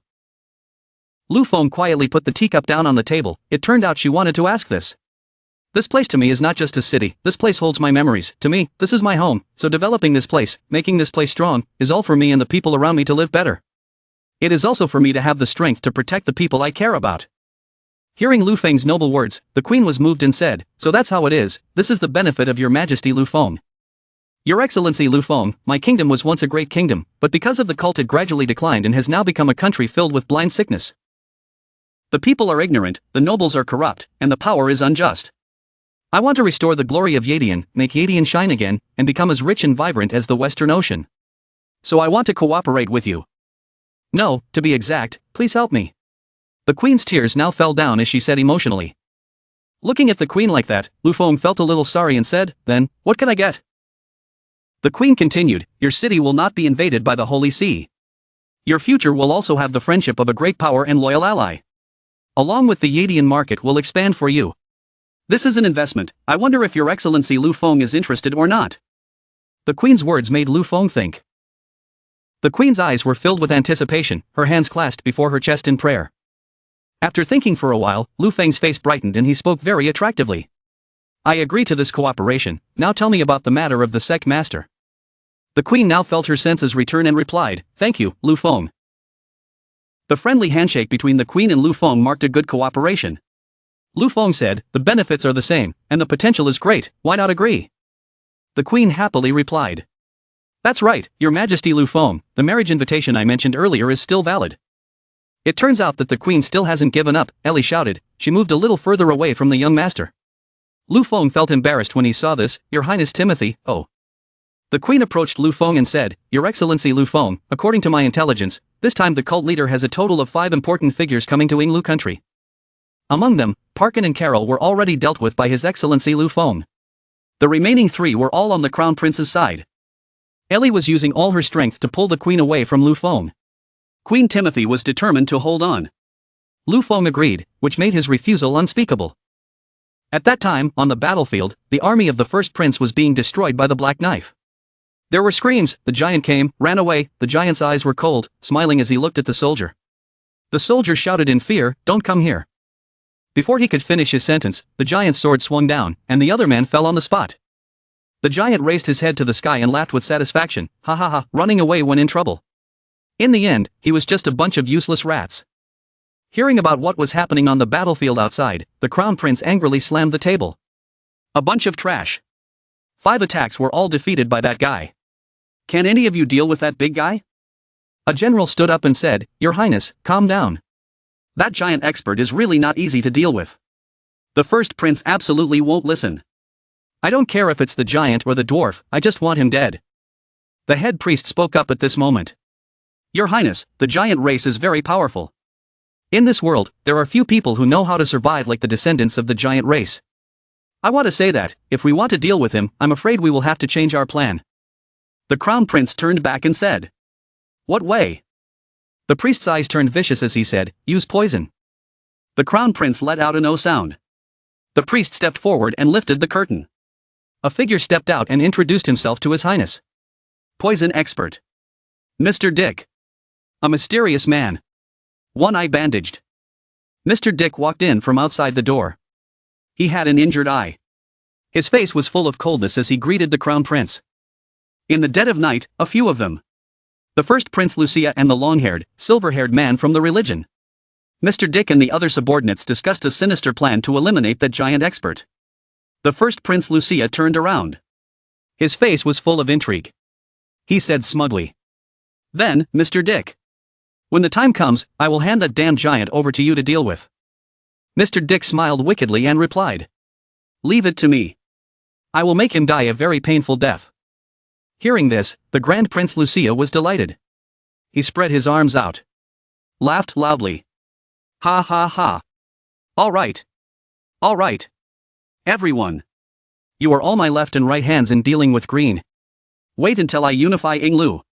I will definitely reward you. I will not mistreat you. Having said that, he turned around and walked out of the base, laughing smugly. Ha ha ha. The purple-robed subordinate bowed respectfully and said. Thank you, Your Highness. The silver-haired man from the religion and the one in the purple cloak. They glanced at each other. The purple-robed and bearded subordinate said. At that time. We still have to welcome the 3 Lord Deacons. The man with long silver hair and sharp eyes. His mustache flicked upwards and he replied. Easy. Then everyone dispersed. Returned to their tents to rest. The long-haired, silver-haired priest called his subordinate in. He gave the envelope to his subordinate and instructed him to give this list to the Archbishop of Venice. He turned around and continued his instructions. Tell the Archbishop. The last group of nobles in the hands of the Crown Prince have agreed to help us. The master's plan is complete. The subordinate bowed his head to listen to his master's orders. Saying that, the long-haired, silver-haired man from the religion raised his head. A sinister smile appeared on his face. He said. Now just wait for Lucia to attack the green camp. It will be to our greatest advantage. The subordinate replied obediently. Yes, my lord. The next morning. At the port of Taeduong City. Everyone is working hard and enthusiastically. A brown-haired worker was holding a towel to wipe his sweat. Looking at the majestic and massive construction appearing before his eyes. He couldn't help but exclaim with pride. It was truly magnificent. Up ahead. Workers are shouting at each other to load goods onto the train. 1-2. 1-2. The brown-haired worker continued pushing the shipment. He shouted from afar. This shipment is on boat number 3. At this moment. In the mansion of the city lord of Taeduong City. Princess Lucy asked with a surprised expression. Preparing to go to the royal capital. Princess Lucia continued hesitantly. Then wouldn't that be? City Lord Lu Feng replied. Yes. We have come to the royal capital. Your revenge must be avenged. Hearing this, Princess Lucy was delighted. She knelt down respectfully. Her face was filled with gratitude as she said, Thank you, Your Excellency Lu Feng. City Lord Lu Feng saw this. He quickly reached out to help Princess Lucy stand up. Then he smiled and replied. There is no need for us to say these words between us. Moreover. After taking the capital. I still have you to help me. Princess Lucy bowed her head. She shyly replied. Then I will not be polite. Suddenly, Ellie came in from outside the door to report. Young master. The 4 ships have been arranged. They can set off at any time. Lu Feng replied to Ellie. You've worked hard. Princess Lucy saw Ellie come in to report on her work and immediately said. Then, Lu Feng, I'll go prepare first. I won't bother you anymore. With that, Princess Lucy turned and left. Lu Feng replied to Lucy. I will tell Nicole to let you know the exact departure time. At this moment, only the city lord Lu Feng and Ellie were left in the room. Lu Feng continued speaking to Ellie. That's right. Ellie helped me contact Lelisa. Tell her to prepare to attack Yinglu City. Help me divert the attention of their defense army. Ellie obeyed and replied. Yes. Then suddenly she shyly, timidly, and hesitantly asked Lu Feng. That. Young master. Can I follow you to the royal capital? Lu Feng heard the question. Fell back on the chair. Confused, he replied. I'm not going on a trip. I'm going to war. Ellie said loudly. But. Then she lowered her head to the ground. Her eyes were filled with worry as she continued to ask. Is it dangerous? City Lord Lu Feng approached and patted Ellie's head to ease her worries.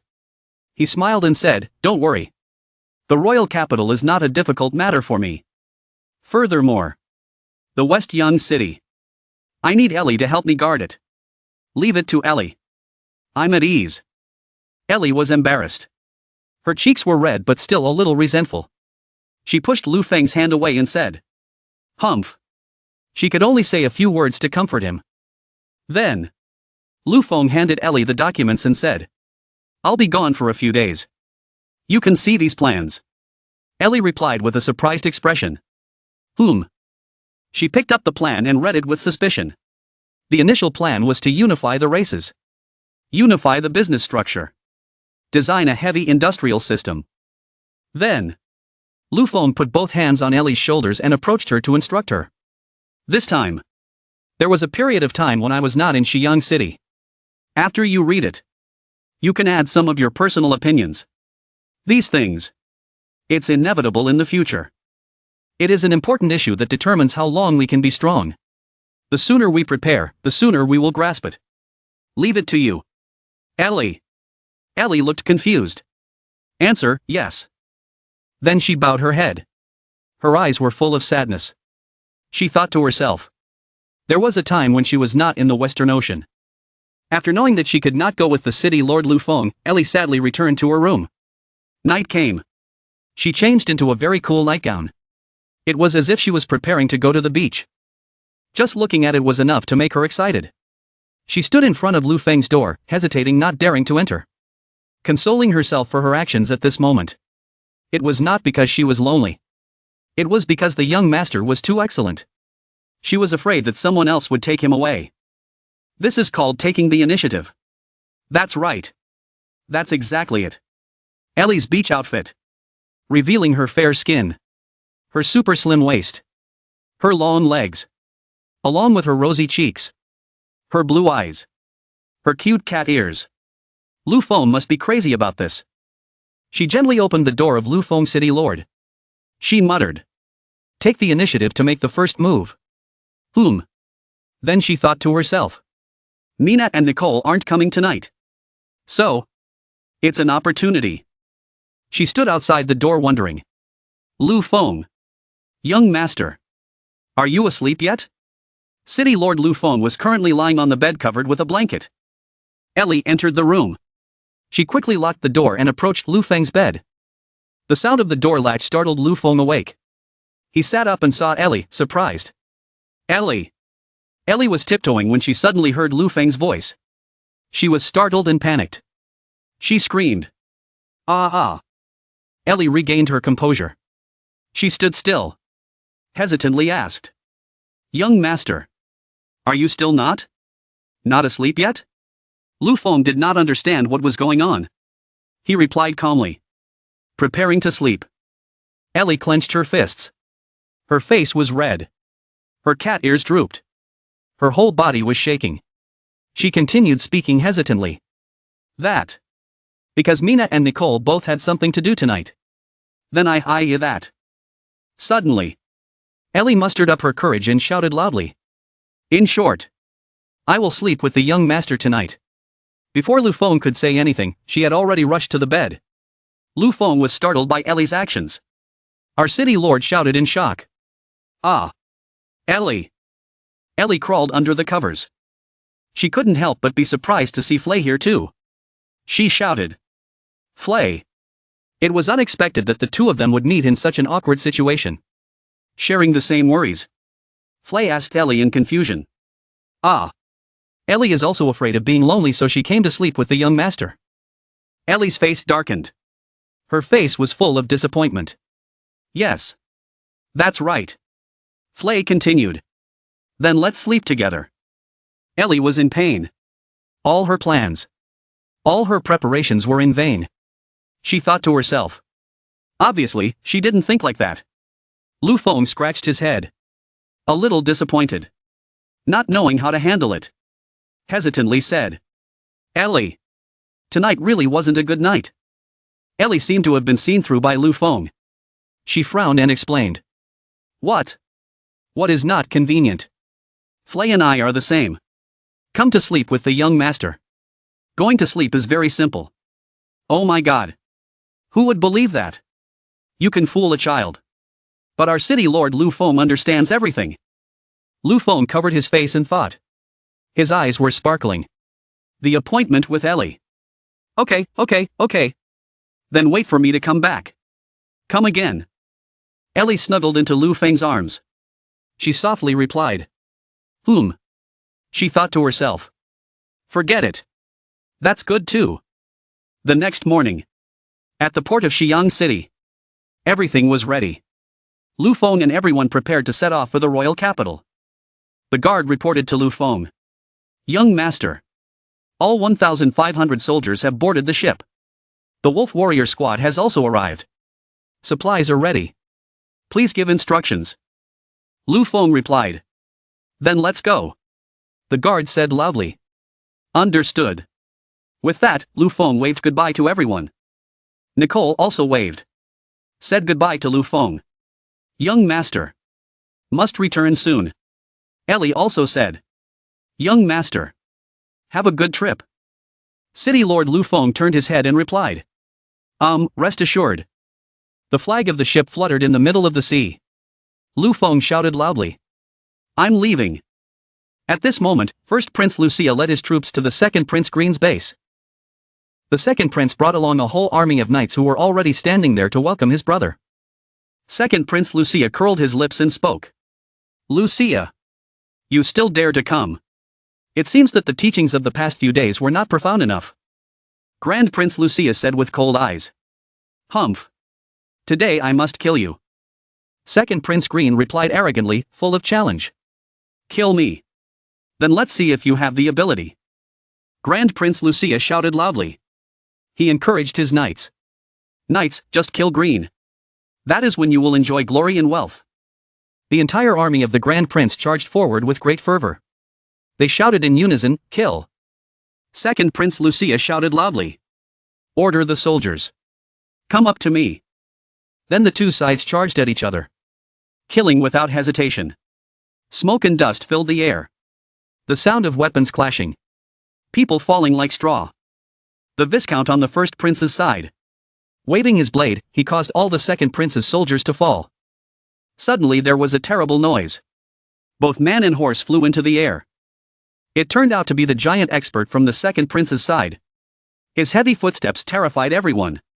The giant shouted loudly. Come here. Face me. The knights from the Second Prince Green's side saw the giant and shouted loudly. Giant. The giant is coming. Make way for the giant expert. The Second Prince Green stood in a corner and observed. He said with a smug smile. Yes. Kill them. The Grand Prince Lucia saw the giant and ran away in fear. He ordered his subordinates. That giant. Leave it to you. The man in the cult was also a little worried. He spoke. Yes. Mr. Dick. Thank you for your hard work. Dick heard the prince's order and immediately rushed away. The giant saw Dick charging towards him. He laughed excitedly. Laughed loudly. Ha ha ha. Come here. Keep coming. The giant expert waved his hand. Laughing and talking again. Who is so sneaky? Assassin Dick.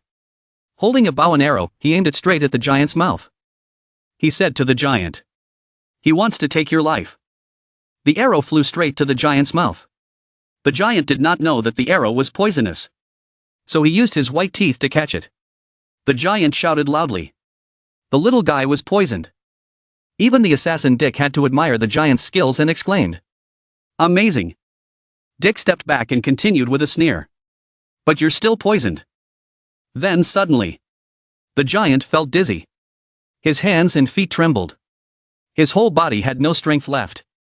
He shouted. Ah! Seeing this, Grand Prince Lucia laughed smugly. Ha ha ha. Good. Kill him for me. Second Prince Green saw that the situation was not good. He immediately ordered his soldiers to pull the black magician back and retreat. It seemed that victory belonged to the first Prince Lucia. But from somewhere echoed the voice. Kill. The moment to make a name for himself had come. An army was approaching. Grim face. Full of murderous intent. Second Prince Green saw this and sneered. His eyes were cold as he said. Fell into a trap. The newly arrived army shouted. Counterattack. The soldiers of the Grand Prince Lucia were stunned. Bewildered. Stunned. The Crown Prince saw this and didn't understand what was going on. He angrily shouted. What? The soldier hurriedly reported the situation to King Lucia. Your Highness. Our soldiers are surrounded and divided. Lucia was furious. Tell the two dukes. Hateful. Hateful. Send your soldiers to me. The two dukes faltered. But, before they could finish, Grand Prince Lucia shouted again. No buts. If the people surrounded die, we're done for, hurry. The two viscounts heard this. They quickly obeyed the order and replied. Yes. Yes. The sky was red as fire. Smoke billowed. The dead lay scattered. The two sides had finished fighting. Your subordinate reported to the second Prince Green. Your Highness. Finally, Lucia's army counterattacked fiercely. We cannot destroy them all. Green replied. Humph. His eyes continued coldly. It's okay. We still have time anyway. Night fell. At the base of the great Prince Lucia. A few of them were sitting around discussing. The three guards tried their best to dissuade Prince Lucia. They spoke loudly. Your Highness. The current situation is unfavorable to us. The spies reported. There is movement of the beasts. Our city is in great danger. We cannot fight this battle. Today we have suffered heavy losses. If we continue fighting, we will be in dire straits. Grand Prince Lucia's face darkened. He closed his eyes and pondered. He angrily replied. You people. Then he stood up and shouted. You want me to give up? The silver-haired priest calmly said, Your Highness. This time we are attacking. We have already captured 5 of Green's cities. He also suffered heavy losses. Now we can officially return to the capital to ascend the throne. Stabilize the political situation. It will be more stable to fight again after spring. Furthermore, continuing to fight will only benefit others. Your Highness, don't forget. Lucy is still in the Western Ocean City. The first Prince Lucia walked back and forth, listening to the silver-haired man from the religion, and found what he said reasonable. He replied. All right, give the order to return to the capital soon. The guard responded in obedience. Yes. Grand Prince Lucia. Cold eyes. Thought. Green, let you live another winter. Early the next morning. The army of soldiers and knights that had helped the second prince surround the first prince's army yesterday set off on their way back home. Second Prince Green stood high above and watched the people leave. Then he said. This guy, just keep going like that. The giant expert from afar walked over. Second Prince Green hurriedly asked. Mr. Blackpath. How is your wound? The giant replied. The deacon gave me medicine. I'm fine now. But that prince is really a weakling. Just like that, he's wasting the strategy that the deacon worked so hard to arrange. Second Prince Green sneered. He folded his arms and replied. No need to be angry, Mr. Black Dow. Trust me. When he returns, the situation will definitely be more difficult than here. At this time, the first Prince Lucia had returned to the royal capital. He summoned the ministers. He held a court meeting. The ministers bowed their heads respectfully. They welcomed His Highness' triumphant return. Crown Prince Lucia stepped onto the chair and spoke. You have worked hard. Everyone, I have returned today. I have something to announce. The ministers standing below were listening attentively. Their faces were filled with curiosity. The first Prince Lucia continued. Previously, I delayed my succession because I was punishing the rebel Green. Now Green has suffered serious losses. Therefore, I, the eldest son of the King of Yinglu, Lucia, officially declare my succession. Tomorrow, the coronation ceremony will take place. The ministers said in unison, Yes, Your Majesty. Grand Prince Lucia's face was filled with joy and satisfaction. The courtiers' faces were not very happy either. The court session ended and everyone dispersed to go home. Grand Prince Lucia stood in the throne room, holding a glass of wine in her hand, sipping it when the long-haired man from the cult respectfully bowed and said, congratulating His Highness. Ah, no, sorry, I misspoke. I should have said congratulations to His Majesty. Lucia laughed out loud with delight, ha ha ha. Third Deacon is too polite. I can sit in this position today. It is thanks to everyone's help. Rest assured, I will not mistreat you. The silver-haired man gently stroked his sparse mustache, reiterating their agreement. Then Your Majesty will convert the state religion we talked about before. King Lucia quickly put down his wineglass and turned away, looking like he was avoiding her. Oh, wait a bit. I just ascended the throne, there are still many things I have to deal with. Suddenly, the old priest of Venice appeared from somewhere and spoke reproachfully. It seemed that His Majesty wanted to cancel the agreement. Lucia was startled, turned her head and looked in surprise, asking who he was. The old man with long white hair solemnly introduced, Your Majesty, let me introduce you. This is the fourth great patriarch of our religion, the Patriarch of Venice. After hearing the old man's introduction, Lucia smiled and retracted her previous words. My lord, what you just said was wrong. No matter what, I am a king. I don't joke around. I will naturally give you what I promised. Then his eyes turned cold and his tone changed. But if I don't want to give it, you can't take it away. The Patriarch of Venice looked indifferent, afraid that it was not his turn. Then the man with long white hair handed Lucia a piece of paper. Lucia held the paper and read it, her face full of panic, speechless. Here. The Patriarch of Venice looked at Lucia coldly and continued, These are the nobles who support us. Your Majesty must know, you have just ascended the throne, if these nobles oppose, what will happen to you? Lucia looked angry, crumpled the paper, gritted her teeth and said, Good, very good. So, what are you guys up to? The Patriarch of Venice continued, using my influence to attract those nobles, then buying dozens of nobles to weaken my power. Everyone has their own needs, just like you and me, Your Majesty. Hearing this, Lucia became angry. He rushed straight towards the Archbishop of Venice and threatened, I will kill you. Suddenly he felt a chill down his spine, a sharp arrow was right next to him. It turned out that the assassin Dick was also on the same side as the Archbishop of Venice. Dick said to Lucia, Your Majesty, don't move. The old Archbishop of Venice continued, Your Majesty Lucia, considering our previous happy cooperation, let me give you some advice. The Venetian man continued with a defiant expression, You are his king, we preach our religion, no one will bother anyone else. Lucia replied trembling with fear, I'm afraid that from now on, my orders cannot be passed out of the palace. Seeing that Lucia knew her place and understood her current situation, the old Patriarch of Venice quickly said, Seeing that you are so understanding, I am relieved. Tomorrow when you ascend the throne, remember our agreement. The long-haired man in the fake religion respectfully bowed his head, praying that the divine light will protect you.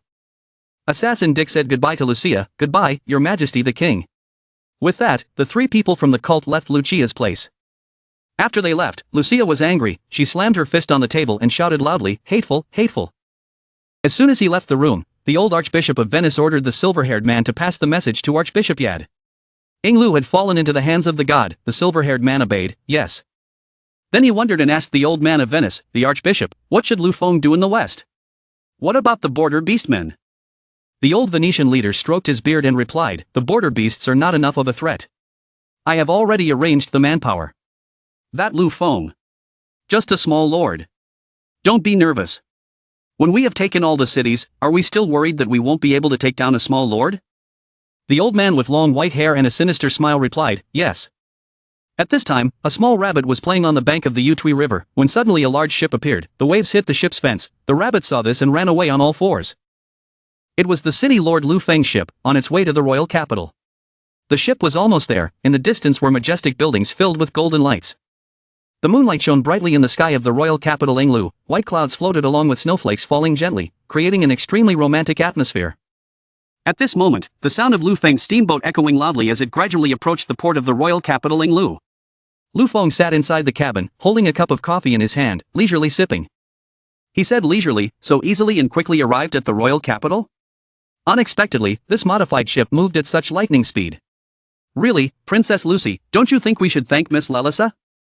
Her brave actions at the border attracted the attention of the army, otherwise it would be difficult for us to enter the royal capital so easily like this. Princess Lucy sat opposite, her hand holding a cup of steaming hot coffee. She felt that the reason on Lelisa's side was not quite right. She unconsciously asked Lu Feng, Lord of the City. Could it be that it was not because His Excellency Lu Feng had secretly controlled the approach to the royal capital? Am I mistaken? In a leisurely manner, Lu Feng smiled back at Princess Lucy. Ah, well Princess, that was also a reason. After saying that, he turned his gaze outside the cabin door, his eyes gazing thoughtfully as he leisurely sipped his warm cup of coffee and thought to himself. In this day and age, weather like this is a kind of intelligence blockade. The space was quiet for a moment. Queen Timothy and Mr. Robin approached the two of them. Queen Yadian placed her hands on the chair, her eyes bright and excited as she looked towards the royal capital of Yinglu. The queen said, her tone was sarcastic, Princess Lucy, oh my god, is this the royal capital of the Yinglu kingdom, or is my eyes blurry and I can't see clearly? This place doesn't even look as good as Lu Feng's Xiang city. Mr. Robin standing behind was also embarrassed, but he still chose to remain silent. As for Princess Lucy, after hearing these words, she felt a bit resentful and let out a long snort, not wanting to argue. City Lord Lu Feng quickly walked over to the three people. He spoke to change the atmosphere. He said to Her Highness the Queen, Your Highness Timothy, after entering the city, please help us identify the members of the sect. Timothy put his hand on Robin's shoulder and assured, Don't worry, leave it to Robin, I'm afraid he understands the sex members better than the sex members. But before that, Lu Feng cut down, I am very curious, how do we go in? City Lord Lu Feng seemed to know that she would be curious, so he smiled mysteriously, that's easier than getting close to the capital. Queen Timothy was a little confused, so Lu Feng didn't explain much, only adding one more sentence, all the ships are in the same project. At the royal capital's customs office, a person in the room, after seeing Lu Feng's group ship, called out to the person who was dozing off in front. He pointed towards the harbor and said, Sir, a ship has arrived. The person who was called Sir propped up one cheek with one hand, and glanced in the direction the hand was pointing, half closed and half open. He looked at the red flag with a picture of a ship on it and explained. Oh, it's a messenger ship, don't mind it. The guard also seemed confused and answered, yes, but then he wondered. But that boat is so big, and there are so many of them, I have never seen such a big boat before, tell me how it works. The Lord heard him ask and shrugged, sighed, his expression not showing any concern. He replied, nonsense, do you know who the boss behind the courier is? That's the person above, their stuff, can you think of it? I also heard that in other countries, the royal family can use gold coins to bathe every day. The guards heard their superiors say that and could only turn pale, repeating the same sentence over and over again, not daring to think, not daring to think. In the ship's hold at this moment, Queen Timothy couldn't help but wonder, transporting messages? Robin smiled and explained when she asked, but before that, he did not forget to take a piece of biscuit from the plate and put it in his mouth. It was said that this was a convenience department for the people that His Excellency Lu Feng had established not long ago, specializing in the task of transporting messages, and there were many ships that regularly entered the major cities. Lu Feng stood in front and listened to Mr. Robin speak so clearly. He couldn't help but sigh. Robin, you've investigated me quite a bit. But Queen Timothy still couldn't understand. She continued to ask, didn't they investigate? Lu Feng didn't turn around, he just looked out through the glass on the ship's cabin and replied, a general defending the city, no matter what, was under the control of his superiors. As long as his superiors were well fed, what else could he do? The queen finally understood, she couldn't help but exclaim, so that's how it was. A moment later, the sky was already bright. Ngudai and his group had surrounded a base. He still held the sword firmly in his hand, sternly ordered others, passed on the message to the young master, and took over the royal capital's military camp. Elsewhere, Lelisa's sniper team and the spirits also eliminated all the guards. Lelisa then gave the order, relaying the news to Lu Feng that the city gate had been captured. In another place, it was the royal capital square, where many people from the royal capital had gathered to watch the coronation of the crown prince. The leader of Venice spoke first, Your Highness, please. The first Prince Lucia frowned, leaned on his cane and walked forward, snorting softly. Back to the night before the coronation night, in the royal capital, the headquarters was transporting messages. Lu Feng took a piece of paper and read it for a while before concluding, it turns out that something like this happened in the royal capital tonight. Queen Timothy standing next to him also read the content and expressed, the priests used the same thing as our Yadian kingdom, shaking the nobles and weakening the royal power. Princess Lucy heard this, then slightly lowered her head, her face filled with worry as she said, "This is almost all of our nobles." "Your Excellency Lu Feng, what should we do? We only defeated Lucia, but there is no way to stop the cult leader." Lu Feng heard this and commented, "Isn't this a good opportunity knocking on the door? In my plan, there is no need for these nobles to exist." Princess Lucy couldn't help but be surprised when she heard this. She asked again, "What do you mean?" But before he could finish his sentence, Queen Yadian interrupted, "No need for nobility, Lu Feng, are you serious?" Lu Feng folded the paper with his hand. While folding he replied, "The so-called nobility is actually just the monarch dividing power among the nobles under him, and the monarch dominates the nobles to rule the kingdom." Princess Lucy seemed to understand. She said firmly, "But if we use Lu Feng's administrative structure in Xiang City to govern the country really doesn't need the existence of nobles." Speaking up to here, Princess Lucy completely understood Lu Feng's intentions. She continued to ask, "Your Excellency Lu Feng, do you want to?" City Lord Lu Feng nodded in confirmation. "That's right, I originally had no reason to attack these nobles, but if they were tied to the main cult, I had a reason to attack." In the bustling atmosphere of the royal capital, in a hidden corner at the end of the street, there was a silhouette of a person wearing a black cloak. Not just one but many others also dressed similarly behind. The leader among them spoke up and set off. The scene changed to a rather bustling corner. The sky was clear blue, the sunlight shone brightly on a corner of the royal capital. On the ground below were people gathering in large numbers, talking and laughing happily. In the middle of the royal square, a red carpet stretched from the bottom of the stairs to the king's chair. Crown Prince Lucia stood in the middle of the carpet facing the crowd below, flanked by the people of the Catholic Church and the soldiers guarding him. The group of people from the church seemed to be laughing and talking happily, as if in their eyes the person named Lucia was nothing. Grand Prince Lucia looked at those people with a dark face of anger. In a corner where there were no passers-by, a voice called out, "Sir, there are no civilians around." The person called Sir immediately checked the situation one last time. Was the surveillance in place? The person immediately replied, "It has been arranged." At this moment, the group of people who had just been chatting immediately rushed out. It was Lu Feng's army and the commander Nyoda. The conversation just now was to arrange the situation one last time before taking action, and now Nyoda led the army and shouted loudly, "Then, let's go." Meanwhile, in a military camp in the royal capital, inside a base, two soldiers sat in front of a blazing fireplace to warm themselves. One of the two spoke up. The palace square on the other side was very lively today. The other one heard this and snorted, then replied, "Humph, what does it have to do with us? Why don't we just stay here and guard honestly?" Suddenly, the door of the room was flung open. A panicked person ran in and announced, "Quick, quick, prepare to fight." The other two were scared, then asked, "Fight, with whom?" As soon as he finished asking, the messenger who had just run in was shot by Nyodai's arrow and fell to the ground. The other two were so shocked that they jumped up, their faces pale, but they could only stand and watch, unable to resist. At this moment in the royal capital square, the first Prince Lucia's face darkened and he gritted his teeth, his heart conflicted as he pondered the throne. What value does this throne have now? It's just an empty shell. No matter what, it's still a throne to rule the people. Lucia looked at the people and turned towards the throne, constantly planning what to do after she ascended the throne. As long as we sit there, the secret organization that is my loyal force will still have a chance to turn the situation around. That's right, there will definitely be a chance to turn the situation around, so we must become the king first. The one who can reach the end will definitely be me. After thinking like that, the first prince couldn't help but laugh secretly, but not long after, a voice came from below, surprising him. He was not worthy to be king. Princess Lucy from the crowd below took off her cloak and said loudly, "The first Prince Lucia killed the previous king, plotted to usurp the throne, a heinous crime, and I, Princess Lucy, am a witness."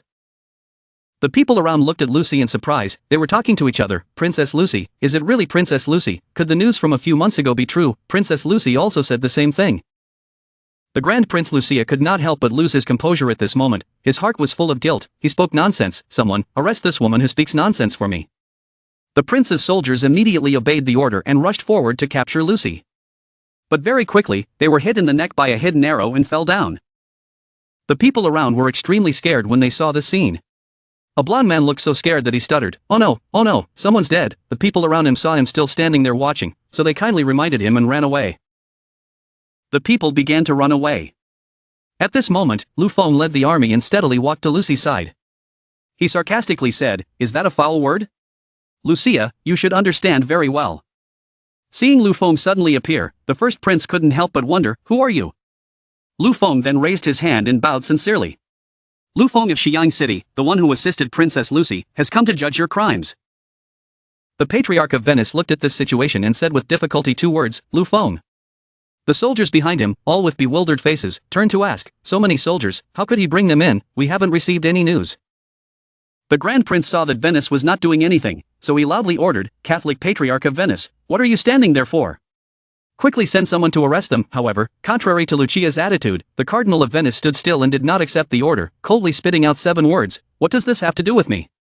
The Crown Prince was surprised to see that. What are you saying? I understand, now even without me, Lucy can still become your puppet, very good plan.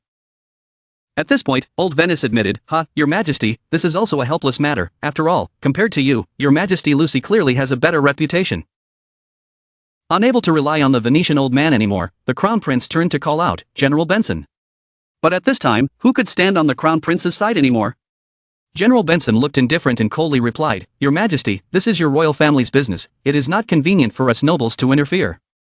Being rejected by all his generals, the first Prince Lucia was so angry that he clenched the stick in his hand and said in a harsh voice, You guys, good, very good. His anger was stimulated to the peak. The first prince immediately shouted, Where are my guards? The people in the guard immediately knelt down and shouted, Up, down. Lucia immediately ordered, Up for me. The soldiers immediately rushed towards Lu Feng, and Lu Feng did not stand still. He stood up and raised 2 fingers to order his men to go. The group of people rushed forward with murderous intent, and both sides quickly fought. Old Benson on the other side drew his sword to shield the old Venetian bishop. He brought him to a safer place. As he walked, old Venice turned his head and thought to himself, this might be his last man. Then old Venice turned to Benson and said, Your Excellency Benson, to guard against anything bad, quickly send the guards. Hearing that, Benson immediately replied, My orders have already been passed down, that Lu Feng can lead troops into the royal capital. He has some ability, but is still very immature.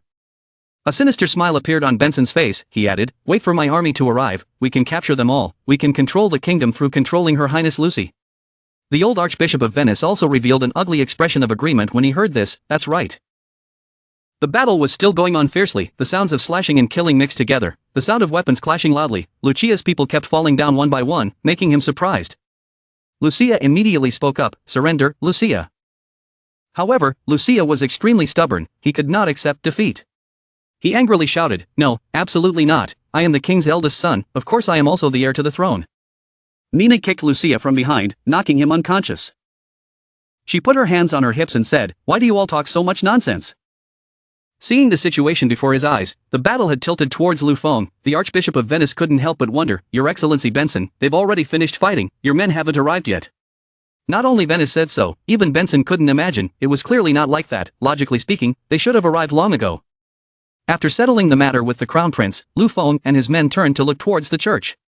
A soldier in the Venetian formation asked, Churchmaster, they're here, what should we do? Although the Venetian man was a bit scared, he still tried to smile reassuringly. What's there to panic about? They won't dare do anything to us. Lu Feng had now approached and asked the Venice Patriarch. Old Venice now pretended to be calm and greeted him. Unexpectedly, His Excellency Lu Feng knew me. Lu Feng smiled and then gave the order, It's fine if it's you, arrest him. The subordinate beside Lu Feng immediately shouted yes. Old Venice was captured by a group of people and could not escape. His face turned pale as he shouted, Wait, Lu Feng, stop. Even though he was at a loss, he still refused to admit defeat.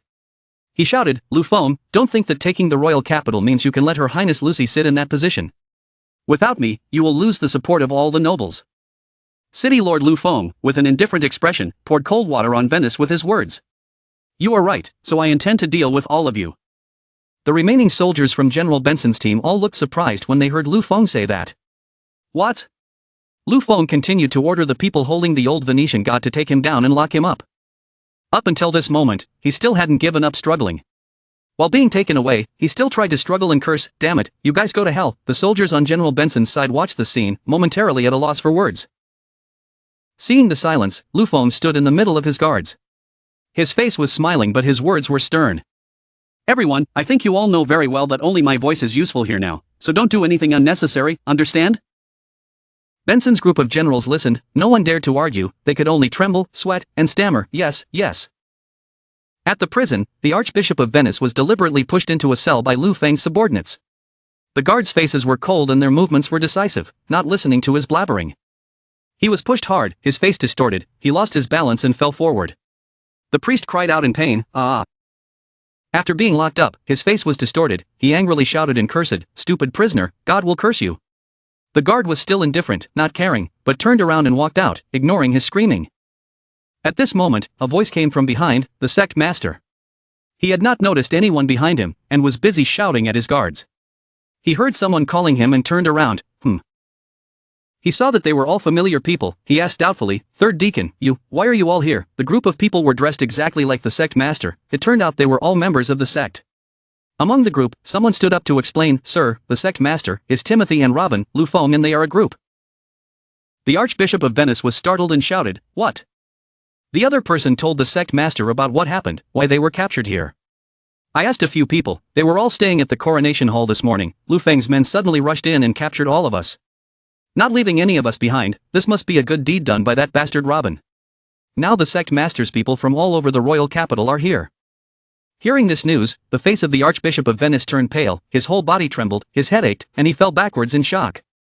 The third deacon saw that he was shocked, and hurriedly went over to support him, asking him, "Sir, what's wrong?" After the shock, the Venice Archbishop smiled bitterly, his voice hoarse, "So many years of arrangements, were ruined in an instant, ha. Seeing his master so depressed, the three deacons comforted him and himself, "Sir, we won't necessarily lose. The other cities still have our people.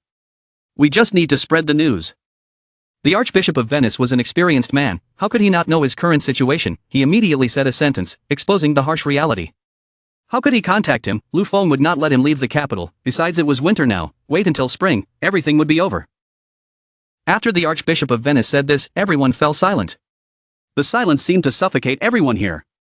They had no way to escape anymore.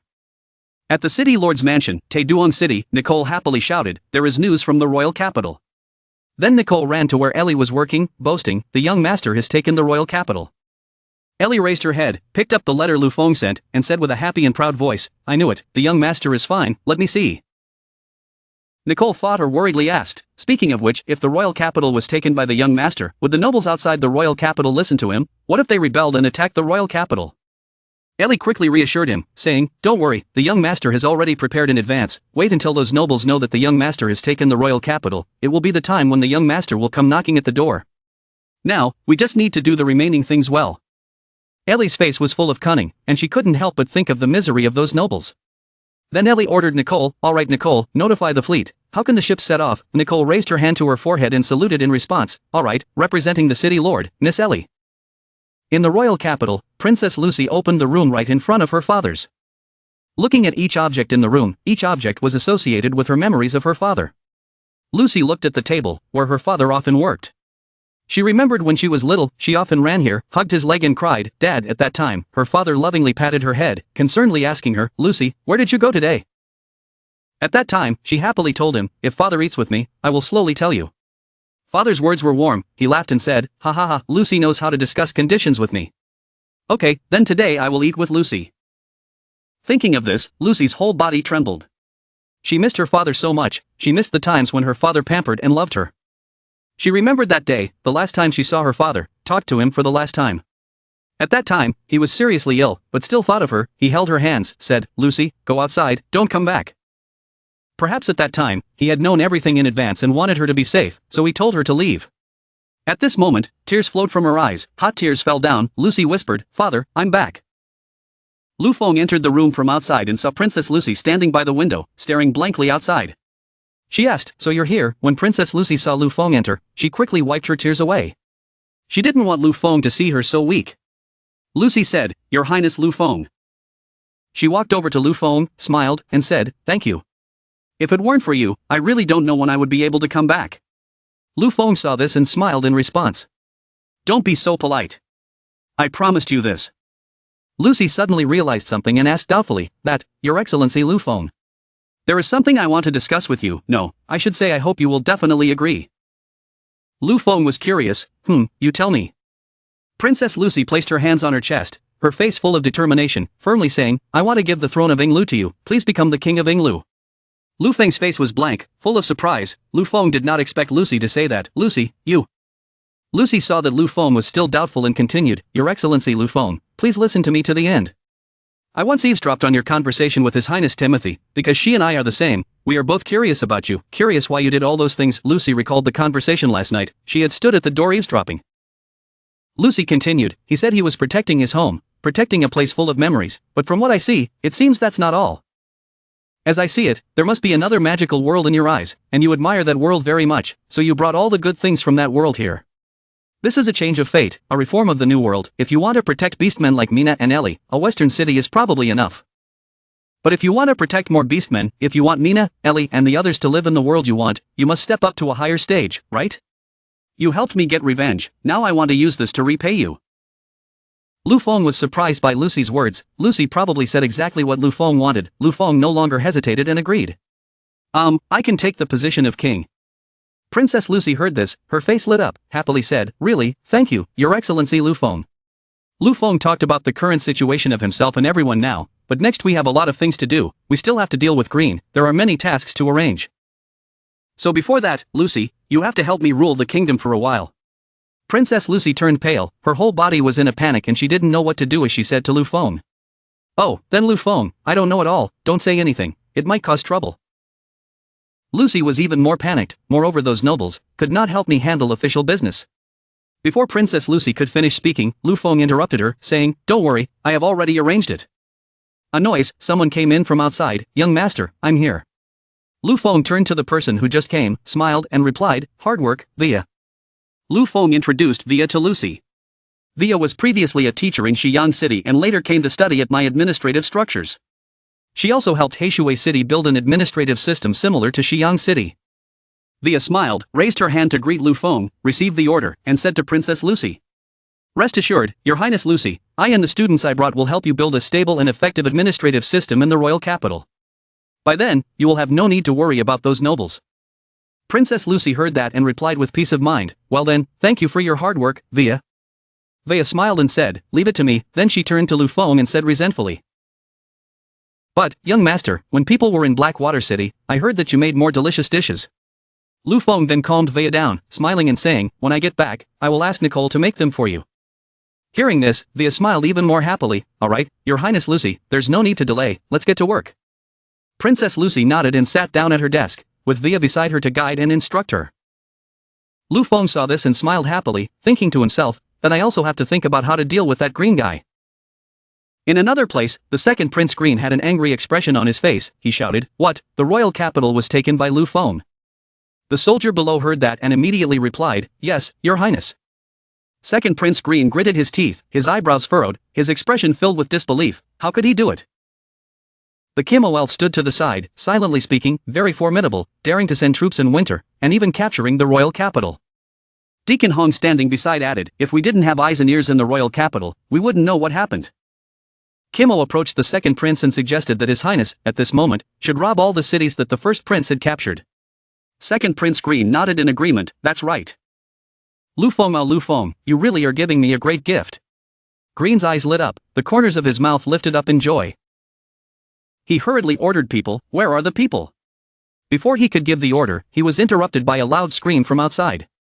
One of his subordinates, all out of breath, ran in, shouting loudly, report, Lu Feng seems to be mobilizing the army, heading towards us. Green was startled, his whole body covered in sweat, he stood up, and shouted, what? His entire face was twisted in disbelief. Shouldn't he be cleaning up the remaining forces and stabilizing the capital right now? How dare he attack us? Deacon Hong stood to one side, closed his eyes, and calmly said, let him come. Green didn't understand, so he asked Deacon Hong to continue, how about it? Deacon Hong's eyes were dim and big, his face was bewitching as he said, Your Highness, as long as we deal with him here, we will take over the royal capital without any hindrance.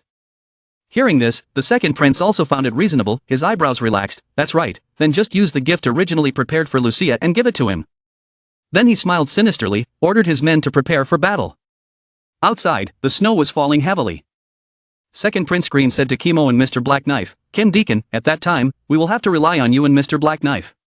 Mr. Black Knife, a big man, is not afraid of anyone, arrogantly pats his chest, I just need a battle to fight, no matter who I fight. Deacon Kim was also confident, no, it just so happens that we, Black Iris, and that Lu Feng, also have a debt to settle. Having said that, the group looked at each other and laughed as they charged onto the battlefield.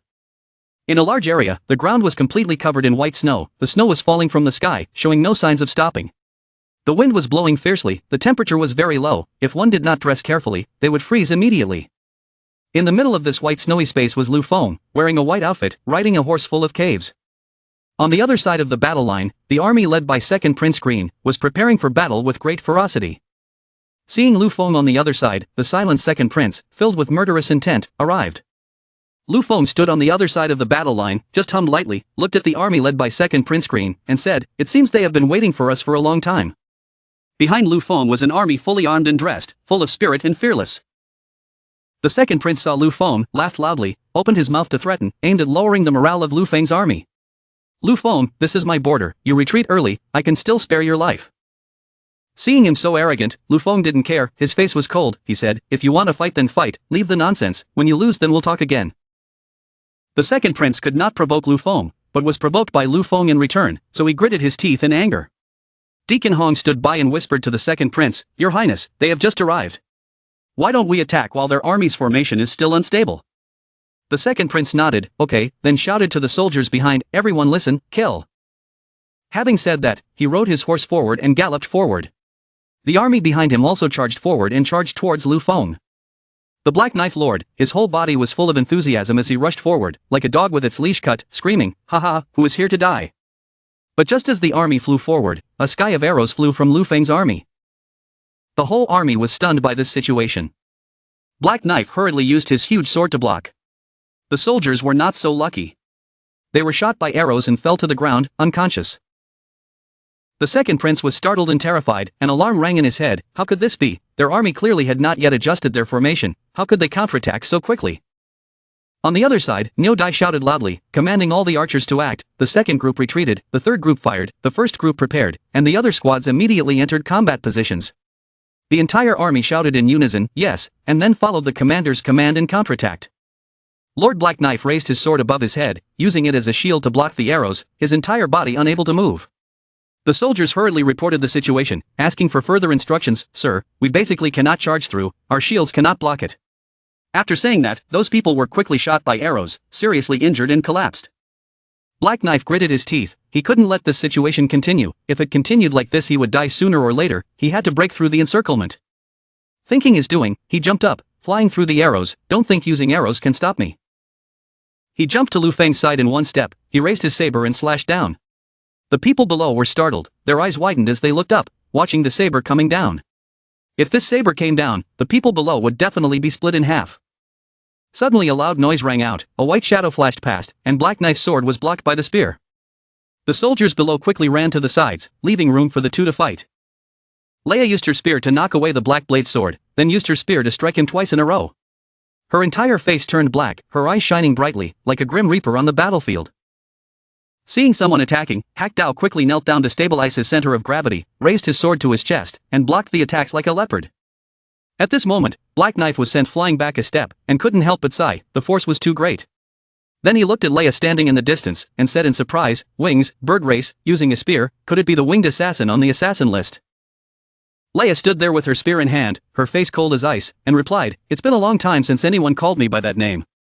Hearing this, Black Knife knew he had guessed correctly and smiled slyly.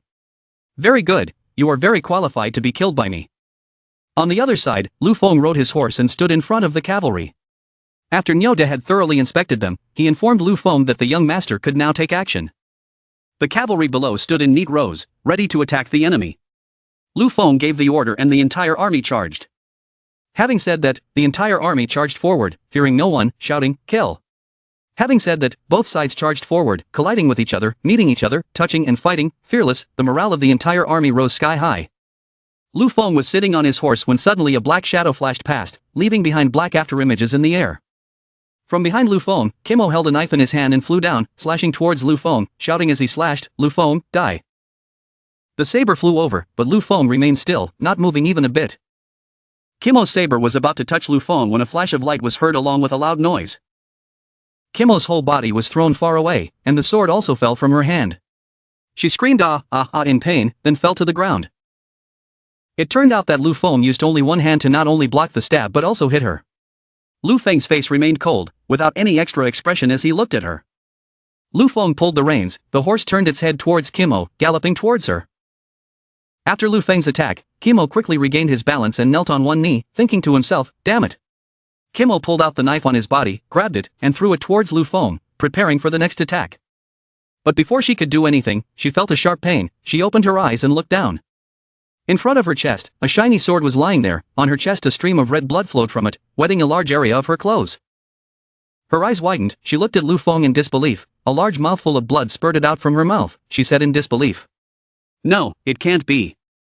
But Lu Feng was still sitting on the horse, still with that face, coldly drawing back Kimo's blood-stained sword. On the other side of the battlefield, Black Blade and Leia were fighting fiercely. Swords and spears clashed, followed by the two people, Black Blade and Leia, fighting. Black Blade had a large, gigantic body, and had the advantage in strength. Leia has wings, a slender body, and is agile. Suddenly, Leia was knocked back by the force of the Black Blade, sending her flying. Seeing that the advantage was on his side, Black Knife quickly raised his sword, preparing to slash down, not forgetting to taunt, Heavenly Winged Hunter. It was just like that. He said and slashed down, or he slashed down. Snow flew up 34 meters high. Suddenly he was stunned, a sound rang in his ear. Did you forget something? In front of him appeared a lot of feathers. Leia was already behind him, her wings spread out, blocking out the sunlight, holding a spear and stabbing down from above. Leia shouted loudly, I am a birdman. Black Knife was startled and turned around. Facing him was a spear flying down. Leia said as she stabbed, aerial combat is my forte. Then the spear pierced his chest, blood sprayed everywhere, then he collapsed on the cold ice floor. On the side of Second Prince Green, the Second Prince and Deacon Hong were shocked to the point of opening their mouths as they looked at the scene in the distance. Lord Black Knife and Deacon Kim had actually come. The Second Prince's face was ashen, he was sweating from anger. He couldn't help but feel lucky. Dying like this, it would be useless. Luckily I was still prepared. On the main battlefield, Niu Dai rode his horse, leading the cavalry, charging towards the Second Prince. Wherever Lu Feng's army passed, the enemy fell like fallen straw, with no way to fight back. The Second Prince saw that the army was almost there, so he quickly told the person standing behind them, they had passed, quickly follow the plan. Following the Second Prince's orders, not far from the battlefield, there were many large ships with many soldiers on board. The leader raised his sword and shouted loudly. The Second Prince gave the order, we attack. This city's river has countless waterways, and the hidden forest intersects with each other. For us pirates, it is the best killing paradise. According to our previous drills, as long as they dare to come, they will know that even God cannot protect them. Water is the most dangerous thing in the world. Having said that, everyone on the boat shouted in unison, charge, charge. Then the boats began to shoot forward at an incredible speed. Suddenly the leader heard something strange, then he exclaimed, what is this? This is a boat. This boat was extremely large, 10 times larger than their boat. The material used to make the boat was not wood but a very hard metal. There was also a thick black smoke coming from the boat, along with its loud screams. It was like a monster in the middle of the ocean, and their boat was just a small fish in that ocean. As long as a big fish passed by, the small fish would be swallowed.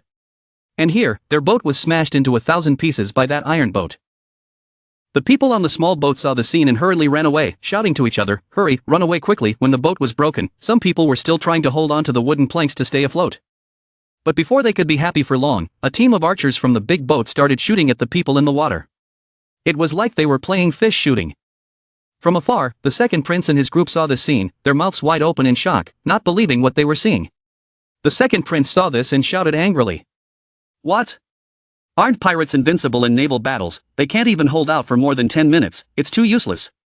This place is no longer safe. Quickly, return to the city, absolutely do not let Lu Feng in. Seeing the Second Prince like a turtle withdrawing his head, fleeing into the city, Deacon Hong followed. He thought to himself, this is not good. If this continues, Green will definitely fail. He must think of another way. Deacon Hong was startled. Behind her a hand was placed on her shoulder. Deacon Hong. Deacon Hong turned his head and recognized the person behind him. His voice was full of surprise. Princess, why are you here? The man came on horseback and ordered Deacon Hong to retreat. Deacon Hong still tried to argue, but we invested a lot in Green, if we give up. The man in white analyzed that Lu Feng, Green is not his opponent. Continue, it's just a waste of our people. This investment has failed, stopping the loss in time is the right way, retreat. Deacon Hong could only reply, yes. On the side of the Second Prince, he stood on the city gate, looking at the approaching army. He was afraid, shouted, and shot arrows. But below, next to Lu Feng, Niu Dai flew up and killed. Lu Feng's army, holding shields and spears, charged towards the city gate.